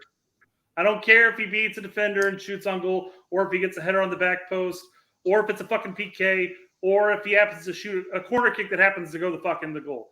It's still a goal as a striker. He's still a striker scoring a goal. And that's all you really fucking need. That's coming from a striker. Yeah. Okay. Okay. No, that's Brett. Brett's a striker. He's like, fuck off. It doesn't matter. The definition of a striker is being able to beat a defender and then beat a goalkeeper. That's the definition of a striker. Otherwise, you're just some midfielder. That midfielders do that too, though, is the thing. But there's plenty of there were actually I can actually which he did as a midfielder. I can't forget. I can't remember who it was against last year, but there was definitely a play just outside the box on the left-hand side where he cut it into the box, beat a defender, and then scored a goal. Shit fucking happens. He scores goals as a striker. The goals still count. I don't care if it falls off his fucking ass and goes to the goal. It's still a goal as a striker. You meant his balls. Or his balls. I think the other thing that I'm really disturbed at is that it's Sargent or bust. Fuck everybody else. Suddenly, Wright was doing this stuff. There are definitely people who think that. Boyd was doing this stuff in the goddamn 3rd division, and it was just as long as it's not Sargent, or if you're not in the 2nd division in England, then fuck off. And I find that I don't disagree with you on that. No, I agree with Boyd's scoring record last season. Yeah, I do too. He should have been warranted a call. Now, mind you, his age is a factor. Maybe they're not looking at that as a key thing. And I agree with you. I'm playing devil's advocate on that front. No problem. We talked about that too. We talk about Hodge. We talked about P-Fuck. We talked about Brandon Vasquez. We don't really talk about Ferreira in that sense. But we talked about various other strikers besides Sargent. In fact, the year that he was at Norwich in the EPL, he didn't see a goddamn minute for the U.S. national team for a year, and nobody on this side over here, me and Derek, when I say over here, was bitching about that because he wasn't performing. I would have much rather have seen P-Fuck brought in. I would have much rather have seen Pepe brought in. Haji was still scoring goals in Turkey at that time, so I mean, I still would have brought him in. We talked about that before he finally got brought in. I don't discredit your take on the fact that other strikers shouldn't be viewed at. But I'm going to play devil's advocate. I disagree because when Sargent was in the EPL, the only goals he scored was as a midfielder. Sure. And guess what? We weren't saying that he needs to be called in at any time at that point. Yeah, no, we weren't. No, but Sargent is. So we were talking about players that are relegation players. Sargent is not a relegation midfielder. Sargent is a relegation center forward. That's my point. I think you might change your point of view on that this year, Taylor. That's why I'm willing to bet with you, my friend. I know. Listen, I guess I'm being hopeful because of what I've seen so far this season and what I saw at the end of last season. Now, if he keeps building on that, then maybe by the end of the season, we'll see some EPL teams sniff around, unless Norwich get promoted. But, I mean, we won't know that. There's, like you said, this is just we've got very little to go on right now from the end of last season to this season. So let's just hang in there and see what Sargent does. I'm excited for him, though, because I'm seeing a different guy. That's all I'm saying. And if he doesn't, and if he doesn't continue to be more of a leader like he is now, then I'm going to be disappointed. I'm going to call his ass out for it. I think either way, we're kind of fucked as U.S. men's national team fans because we have Berhalter who can't use a fucking striker to save his life. Yeah, you might as well bring in the midfielder, right, Taylor? Let's score more goals. Yeah. Well, that's kind of sad. I'm like I said, I'm hoping, and there's no evidence that my hope is even remotely should be there's no way that my little tiny hope that Berhalter learned something out of this makes any sense at all. It just doesn't. He's never learned anything so far that I can tell, except for in the World Cup where he said, yeah, we're the lesser of the team, so we're going to play a different way than we usually do. And, okay, that didn't happen very often, but it happened. All right, DK did not play. He's injured. Booth went 41 minutes and then got yanked off with a fucking calf injury. So God knows how bad that's going to be. And that was against. He was doing all right prior to that. Yeah, he was. Pepe went 7. The last 7. Dude, they were how many times? Did you watch the game, Derek? Yeah, I watched Pepe's. Did you go back and watch it? Man, yeah. How many times did you see where if they would have just played Pepe the fucking ball, he would have had a chance on goal? Really? Yeah. Oh yeah, I counted at least 2 times. I'm hoping this isn't a Altidore at Sunderland situation. I don't think it is. I'm not gonna bet too early on this being like, don't pass that guy the ball, because that's what happened to Altidore at Sunderland. So I'm gonna be hopeful. But what's more concerning, Brett, is that Pepe played 7 fucking minutes. Mm-hmm. That's gonna be a guy who's been fucking coming off the bench for the last 10 minutes all season. That's not good. I guess in PSV's defense there, Utrecht did have their opportunities to equalize the game at a 2-2, but they just failed to capitalize. So they had De Jong playing. They stuck with that up until the very last minute. But it's also the first game or second game or something like that, no? Yeah, second, yeah. Yeah, I mean, De Jong could need rest. He's old. De Jong could get injured. He's old. So we'll see. There might be more opportunities for Pepe. Right now, I'm still a little concerned. I wouldn't read that much into it. I know. But see, here's where I'm going with this, though. Taylor. It's like I'm going to be concerned until I see something change, right? And then because I'm a cynic, I'm just going to be concerned naturally. Here's That's how basically Derek's thought process broken down to one sentence is what he's saying. Yes, it looked like Pepe at Augsburg. Yeah. I just need to see it change. I want to see him like get 30 minutes in a game or 20 minutes. And then I'm going to go, okay, now I'm okay. I can live with Pepe coming in for 20 minutes every game or occasionally starting every 3 games to give him a rest. Whatever. Yeah. Yeah. We'll see. So we got Julian Green played 90 and Maximilian Dietz went 45 in the Pokal, and Firth won the game. Did you see that, Taylor? No, I didn't watch it, but I knew there was some racist shit towards Julian Green. No shit. I didn't hear this. What happened? What happened?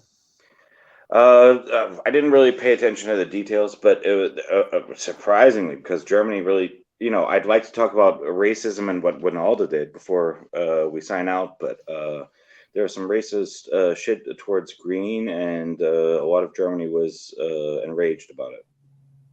Huh. Well, we've opened up the can. Why don't you bring up the topic you wanted to bring up about Ronaldo real quick? Thank you, my friend.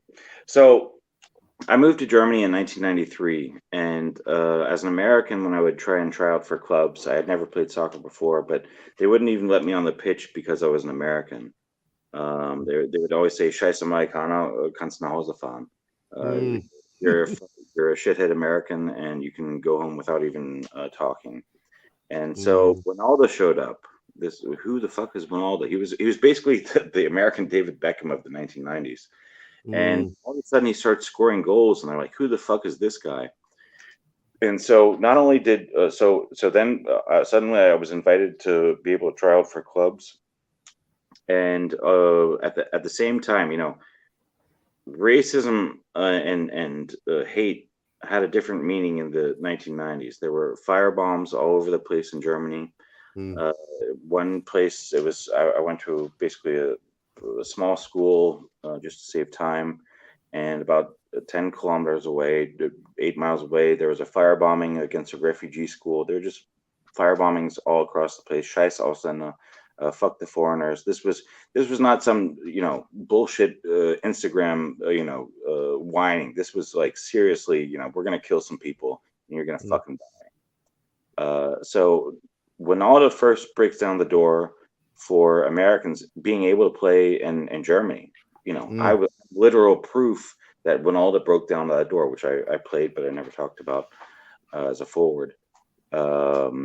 And so suddenly Ronaldo shows up on German TV with Anthony Yeboah. Yeboah was he Nigerian or Ghanaian? I forgot. But he played in England as well. He played for Frankfurt before. And they both say, "Mein Freund ist Ausländer." My friend is a foreigner. And this is like a watershed moment in German TV where you have an American in the 80s or not the 80s, in the 90s, being as sort of a moral leader back in the 1990s for Germany, shaking a black guy's hand and saying, "This is not tolerable." And so this was on basically, I'll call it what's the biggest football show in America? ESPN, or I don't know how to FC maybe, yeah. I don't know, like the biggest show in all of Germany. And when Aldo's there with Anthony Yeboah, and he's literally breaking down not just doors for Americans, but he's breaking down fire fucking bombings. He's literally breaking it down. He's saying, "No, this is not okay." Germans were not willing to say that. They were saying, "Okay," but no. When Aldo said, "Fuck that shit," mein Freund ist Ausländer. And he got a standing applause as an American. He barely spoke German, and I hate this shit where I see all these woke idiots and all that complaining all that. That motherfucker Ronaldo broke down so many doors for Americans, not just in soccer but also racially in Germany, and he gets zero credit for it. And I was there. I'm a benefit of Ronaldo, and that's also why I love the guy. I don't give a fuck what he does. What he did back then, he deserves respect, Anerkennung, recognition for what he's done over, 10 years or 20 years of soccer. So you literally tore down the wall, huh? Well, yeah. Well, at least the soccer wall, the racial wall. No, it's not a joke. He really did with Yeboah. This was really the first time in German soccer where, you had an American back in the 1990s where we were sort of seen as the big brother, moral big brother. And, you have this fucking American suddenly scoring goals in the first division. And he's saying, this is not acceptable that you can firebomb foreigners. And he's shaking the black guy's hand. Fuck, we gotta rethink our strategy as Germans. We have to, or they have to rethink their strategy. This is not acceptable. So then, about 3 months later, it was all cut down, all that, but he gets zero recognition. Okay. And guess what? He still gets zero recognition. Yeah, I know. And it's painful because Eric said a lot of really smart things and good things over the last decade, beyond what he did there. And, he is a pariah, according to U.S. soccer. He is not someone you're supposed to listen to. U.S. soccer is a fucking pariah, man. Jesus. Yeah, they don't know that, apparently. I mean, they should, but they got the power. So they're like, hey, fuck you. You think I'm a pariah? You're the pariah, motherfucker. And that's what they say to Wijnaldum. So, Jeff Pitbone here says, speaking of Wijnaldum, not Eberlin, says he is kind of an ass, but Amerikaner has a point. Yeah.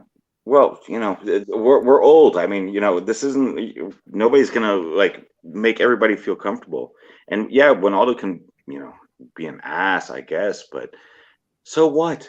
It doesn't take anything away from what he's done or how he is as a soul. I mean, one thing about that. We try to make sure everybody feels comfortable on our show where we talk about porn within the first 5 minutes, right? Listen, regardless of all of the conflict that Eric and I have had, over time, well deserved. He was one of the first people after that little clip came out that said, hey, brother, I'm on your side. My prayers are with you. Keep doing what you're doing. And I'm like, damn. Didn't hold grudges. No grudges held. It was like starting over again. So that was really cool. So, what we did is I offended him personally with a comedy bit that he didn't like. As you would have as well been offended if Wijnaldum had done that to you. Mm-hmm. Yeah, I guess so. I don't know. Always hindsight 2020 later on. I'm not really offended by much. But his scorched earth tweet mode right now is very entertaining to watch. I agree. Yeah. He's just been lighting people on fire. No, but I think with Wijnaldum, he took a giant pay cut to come back to MLS. A giant pay cut. And around a giant pay cut. And he was fucked then with the 35-meter MLS shootout thing. And he's got it. Then he was at Fox. Then Wallace came in and said, no, this is how you need to run a sports show, where your video then went viral about how bad Fox is. Yeah. I mean, how can you not feel bitter about your soccer career? And I don't understand why he even wants to do anything with USA anymore. He's given so much. It's not just for Americans, but not just for soccer, but for in Europe. This whole, kneel now, blah, blah, blah, blah. Fuck off. Fuck the fuck off. What he did back then, that was the first thing where a real, we go into politics, and I know I try to avoid it as well. I really do, because I hate that shit. Right. But he was the first guy to go in and say, no, this is not right. American. Well, a white guy that was willing to speak loudly. And that sent a shock wave across Germany. With Wijnaldum and Yeboah on TV, it's called Randtv. It was called Randtv. I watched it, and then suddenly I could play soccer, and not only that, probably black guys could play soccer. Mm. Yeah, they were firebombing people. They didn't give a shit. I mean, Germany back in the early 1990s was a completely different Germany. Yeah, I mean, listen, when I was stationed in Erlangen, the local community was really accepting of Americans. But when I was in Berlin, white guy. When I was in Berlin, it was a little less so. Like we had to lie about where we were from to get to play soccer when we were visiting. Derek with was the Canadian, others. by the way.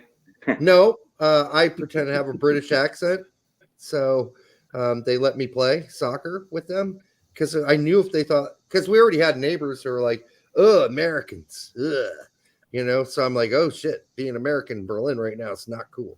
So anyhow, yeah, it's unfortunate, but the thing about Eric is, he's what's the word? Perspicacious. He's one of those guys. Oh, Andrew Tate. Yeah. Okay. Yeah. Perspicacious. Like he is an understanding that not a lot of the sport that a lot of other people don't see and don't understand. And that's why it's always fun to listen to him. He's going to tell you something that nobody else has thought about because he's got a unique perspective and a unique history, right? So what's that? Perspicacity would be, I guess, the other word. Yeah. Taylor, what you don't know, speaking of getting off, Derek just got off because you actually understood what he said there. Yeah. Like, God, somebody knows a long 4-syllable word. Anyhow, it's an appropriate word because there are not a lot of other words that would describe what I was trying to say, except for that about Eric. But if I can follow up on you, how many fucking I'll call them old World Cup people, American World Cup people, do we know that have honor, that will always say their mind, damn the torpedoes? I only know of one. Yeah, I don't. I mean, maybe her. Lallis is obviously the the whore against him, but Lallis, or with Winalda, you always know, okay, that's his opinion. He's not doing it for impressions. He's not trying to sell somebody out. Damn the torpedoes. No, Brett, you disagree? No, I agree with you on that. When you specified that he's not doing it for impressions, all of a sudden I was like, well, that takes Lawless out of the equation. Because I think Lawless will speak his mind. Lawless. No, I'm saying Herc. Oh, you're saying Herc does too? Okay. Yeah, Herc, It takes Lawless out of the equation because he will speak his mind 95% of the time, but then he also does it in the attempt to get impressions. Like he says it in a specific way to troll people. Well, no, Brett. The whole difference is that I don't think that Lawless contemplates anything for longer than 5 seconds before the shit comes out of his mouth. Sure. Okay, I don't disagree on that. No. Are you kidding me? Lallis is an artist. Lallis is an artist as to how to troll the American men's people. He is an artist. Yeah. I will say, yes, I agree with you on that specifically, yes. I think that's 50% of the act, but the other 50% is when somebody says, oh, what about scoring in MLS? And then without thinking much about it, he's like, oh, fuck defense. Like, I think if he really would have thought about that a little more, he wouldn't have had that sort of stupid response. He doubled down on that, though. So he had time to think about it, mull it over, and still double down on it. So yeah, of course. Maybe that wasn't. I don't know. Well, then maybe you're right. Maybe he's a clinical a guy who actually maps out his stupidity. And if that's the case, he's even worse. No, I want to disagree with you again. He actually reminds me of Tack in one sense. Please listen. Let me finish my thought. Ooh, that's wait. No, wait. Let me finish my thought. You know how people speak different languages. I speak German. Derek, you probably maybe German, okay. Lallis and Tack speak Twitter. I don't speak Twitter. Sure. Derek doesn't speak Twitter as well as me, or not at all. But those two people, Tack and Lallis, speak Twitter. Twitterese, whatever you want to call it. Twitterese, they know how to there's a bit of spice of troll. There's a bit of bullshit. But there's with Tack at least, there's always content. With Lallis, he knows exactly that he's just going to troll. The only time where I really respected Lallis is where he went against the women. Right? That was the poison chalice with Lallis. Lallis knows what he's doing. He knows exactly he's gonna troll us men, and then he's gonna go hard at he's gonna basically support MLS no matter what, just lie out of his fucking mouth. And then with women, because there were going to be zero consequences in terms of revenue because they get 1/10 of the money. He was just like, okay, I'm going to let loose on the women and let all my rage out as to how much bullshit I have to lie about men and let it out on the women. No, I think it's it could be that he's very calculated, and sometimes he miscalculates, and sometimes he's right on. He's spot on, and I'm like, you know what? I'm fine with what he just said there. You said 90%, and I agree with that. Yeah.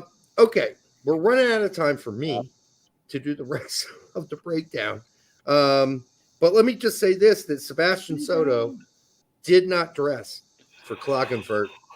No, you don't say. Wow. Let me also add this: George Bello sat for 90 minutes on the bench, did not play for Lask. Yes, it's true. What? All you Bello lovers. Luca De La Torre only got 10. McKenzie was in the 18, didn't play for Ghent because he had a bad game last game. I'm guessing this is temporary. Odasawi did not dress. He always dresses. Yeah. Slonina went 90 for Eupen, and they got their asses smashed. Did you watch the goals, though? Yeah, they're not his fault. Not his fault. Yes. Yeah. Brian Reynolds, 90 in a loss. Mihailovic, 1 minute for Aze. Leonard Maloney, 90, and a goal, and a win against, I think, a fourth or a fifth tier team. Can't remember who. That's right. We're not in the league yet. Okay. He's a guy to keep an eye on, Maloney. He is. I agree. Paredes did not dress. Tyler Terrence Boyd got 2 goals. Wait. Go ahead. You're really getting it right now, man. Jesus. Man, the way he's doing it, it's like he's got an 8-inch wide dick too. All right, it's a head. It's not length, it's girth for him. It's girth. All right. Only 1 inch tall though. Wait. He didn't finish. I didn't finish, and so he can't. So Terrence Boyd scored 2 goals in a win for Kaiserslautern. All right, and then we got. I heard they weren't striker goals though. No. Brendan Aronson, 30 minutes, and PFOC for 22. PFOC was horrible. Brendan Aronson was actually, as this usually is, a very active little jackrabbit all over, had some good moments. Toljan went 90 for Sassuolo. Wait, who's that? Who? Sassuolo? No. The player you claim is American. Toljan. Jeremy I don't think Toljan. he's an American. He is. He got an assist too. Jonathan Amon. What? Got 10 minutes for Lingsby. Like, okay. Jonathan Che and Christian Kappas didn't even dress for Brondby. Kobe Hernandez Foster was in the 18 for Cam, but didn't play. CCV went 46. I think he got injured at halftime versus Polvara and Aberdeen. They still won without CCV. Joe Effort was in the 18 for Motherwell. Musa went 87 in a friendly, along with Pulisic, who did not dress. Ferreira, we already talked about. That's it. We're done with Yanks abroad for the weekend. That's what happened. All right. Your boy. Let me get. It's not true because today Brooks went 90, right? In a win with Matarazzo in the Pokal. And Aronson and Chandler did not dress for Frankfurt. Your homeboy Mendez was in the 18 for Vizela, but did not play. Tessman started and went the full 90 for Venezia today. Novakovic did not play. He was in the 18, didn't play. Bucio got the last 20 Yanks minutes in that game. 11 meter. He did well with the 11 meter. What's that? Bucio did well with the 11 meter. He lost some penalty kicks or something like that. There was an elf meter in that one? Penalty kicks. Yeah, elf meter. Jesus. No, it went to penalty kicks at the end. Oh, did it? I missed the end of the game. Upper 90. Okay, good for Bucio. Good for it. Let's slow clap. Slow clap. All right. Hey, Taylor, thanks for coming on the fucking show. Thank you, my friend. Thank you too, guys. Love you guys. We love you. All the chat, man. Thank you very much. I really appreciate it. Hopefully, we can do a Sargent game at your own peril, but the chat loves you guys. Thank you very much. Yeah, we love the chat. We love you. We love everybody that's been with us. In your case, I love me too. You've been watching us since Brett. I love you too. We've been together since big soccer. We just didn't really know each other until now, which is just such a cool thing to have that sort of relationship for this long. It's fucking spectacular. Now, we can't really help any of what Taylor's going through in his real life, and we're not going to bring it up because that's Taylor's fucking life, right? But if you're having trouble with your stepsister, for instance, we're here to help you. So you send us your questions. I want her. So you send us our questions. Sign up and take Derek's 10 lesson course on how to hook up with your stepsister. Paris capacity. That's actually it's one of our Patreon portion. You know, like pay for Patreon, you'll get his steps on how to bang your sister. Stepsister. Sorry. Yes, if you're going through an awkward Brady Bunch moment, no fears, no worries. You just let us know. Email us or contact us through Twitter, and we will help you through that awkward moment. Until the next time on the Straight Red Card, we love you dearly. Cheers, guys.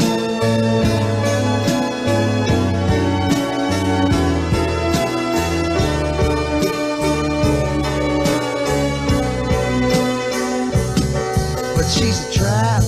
She's an unsung novel. Turn a lap and get your whole world dazzled on the line. Or a phone call with or without wine.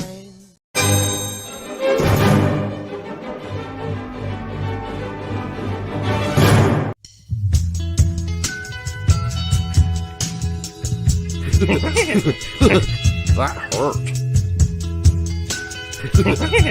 I'm tuned in like crazy, and I'm pretending like I know what they're doing, and I'm The articulate and intelligent Greg's a bitch.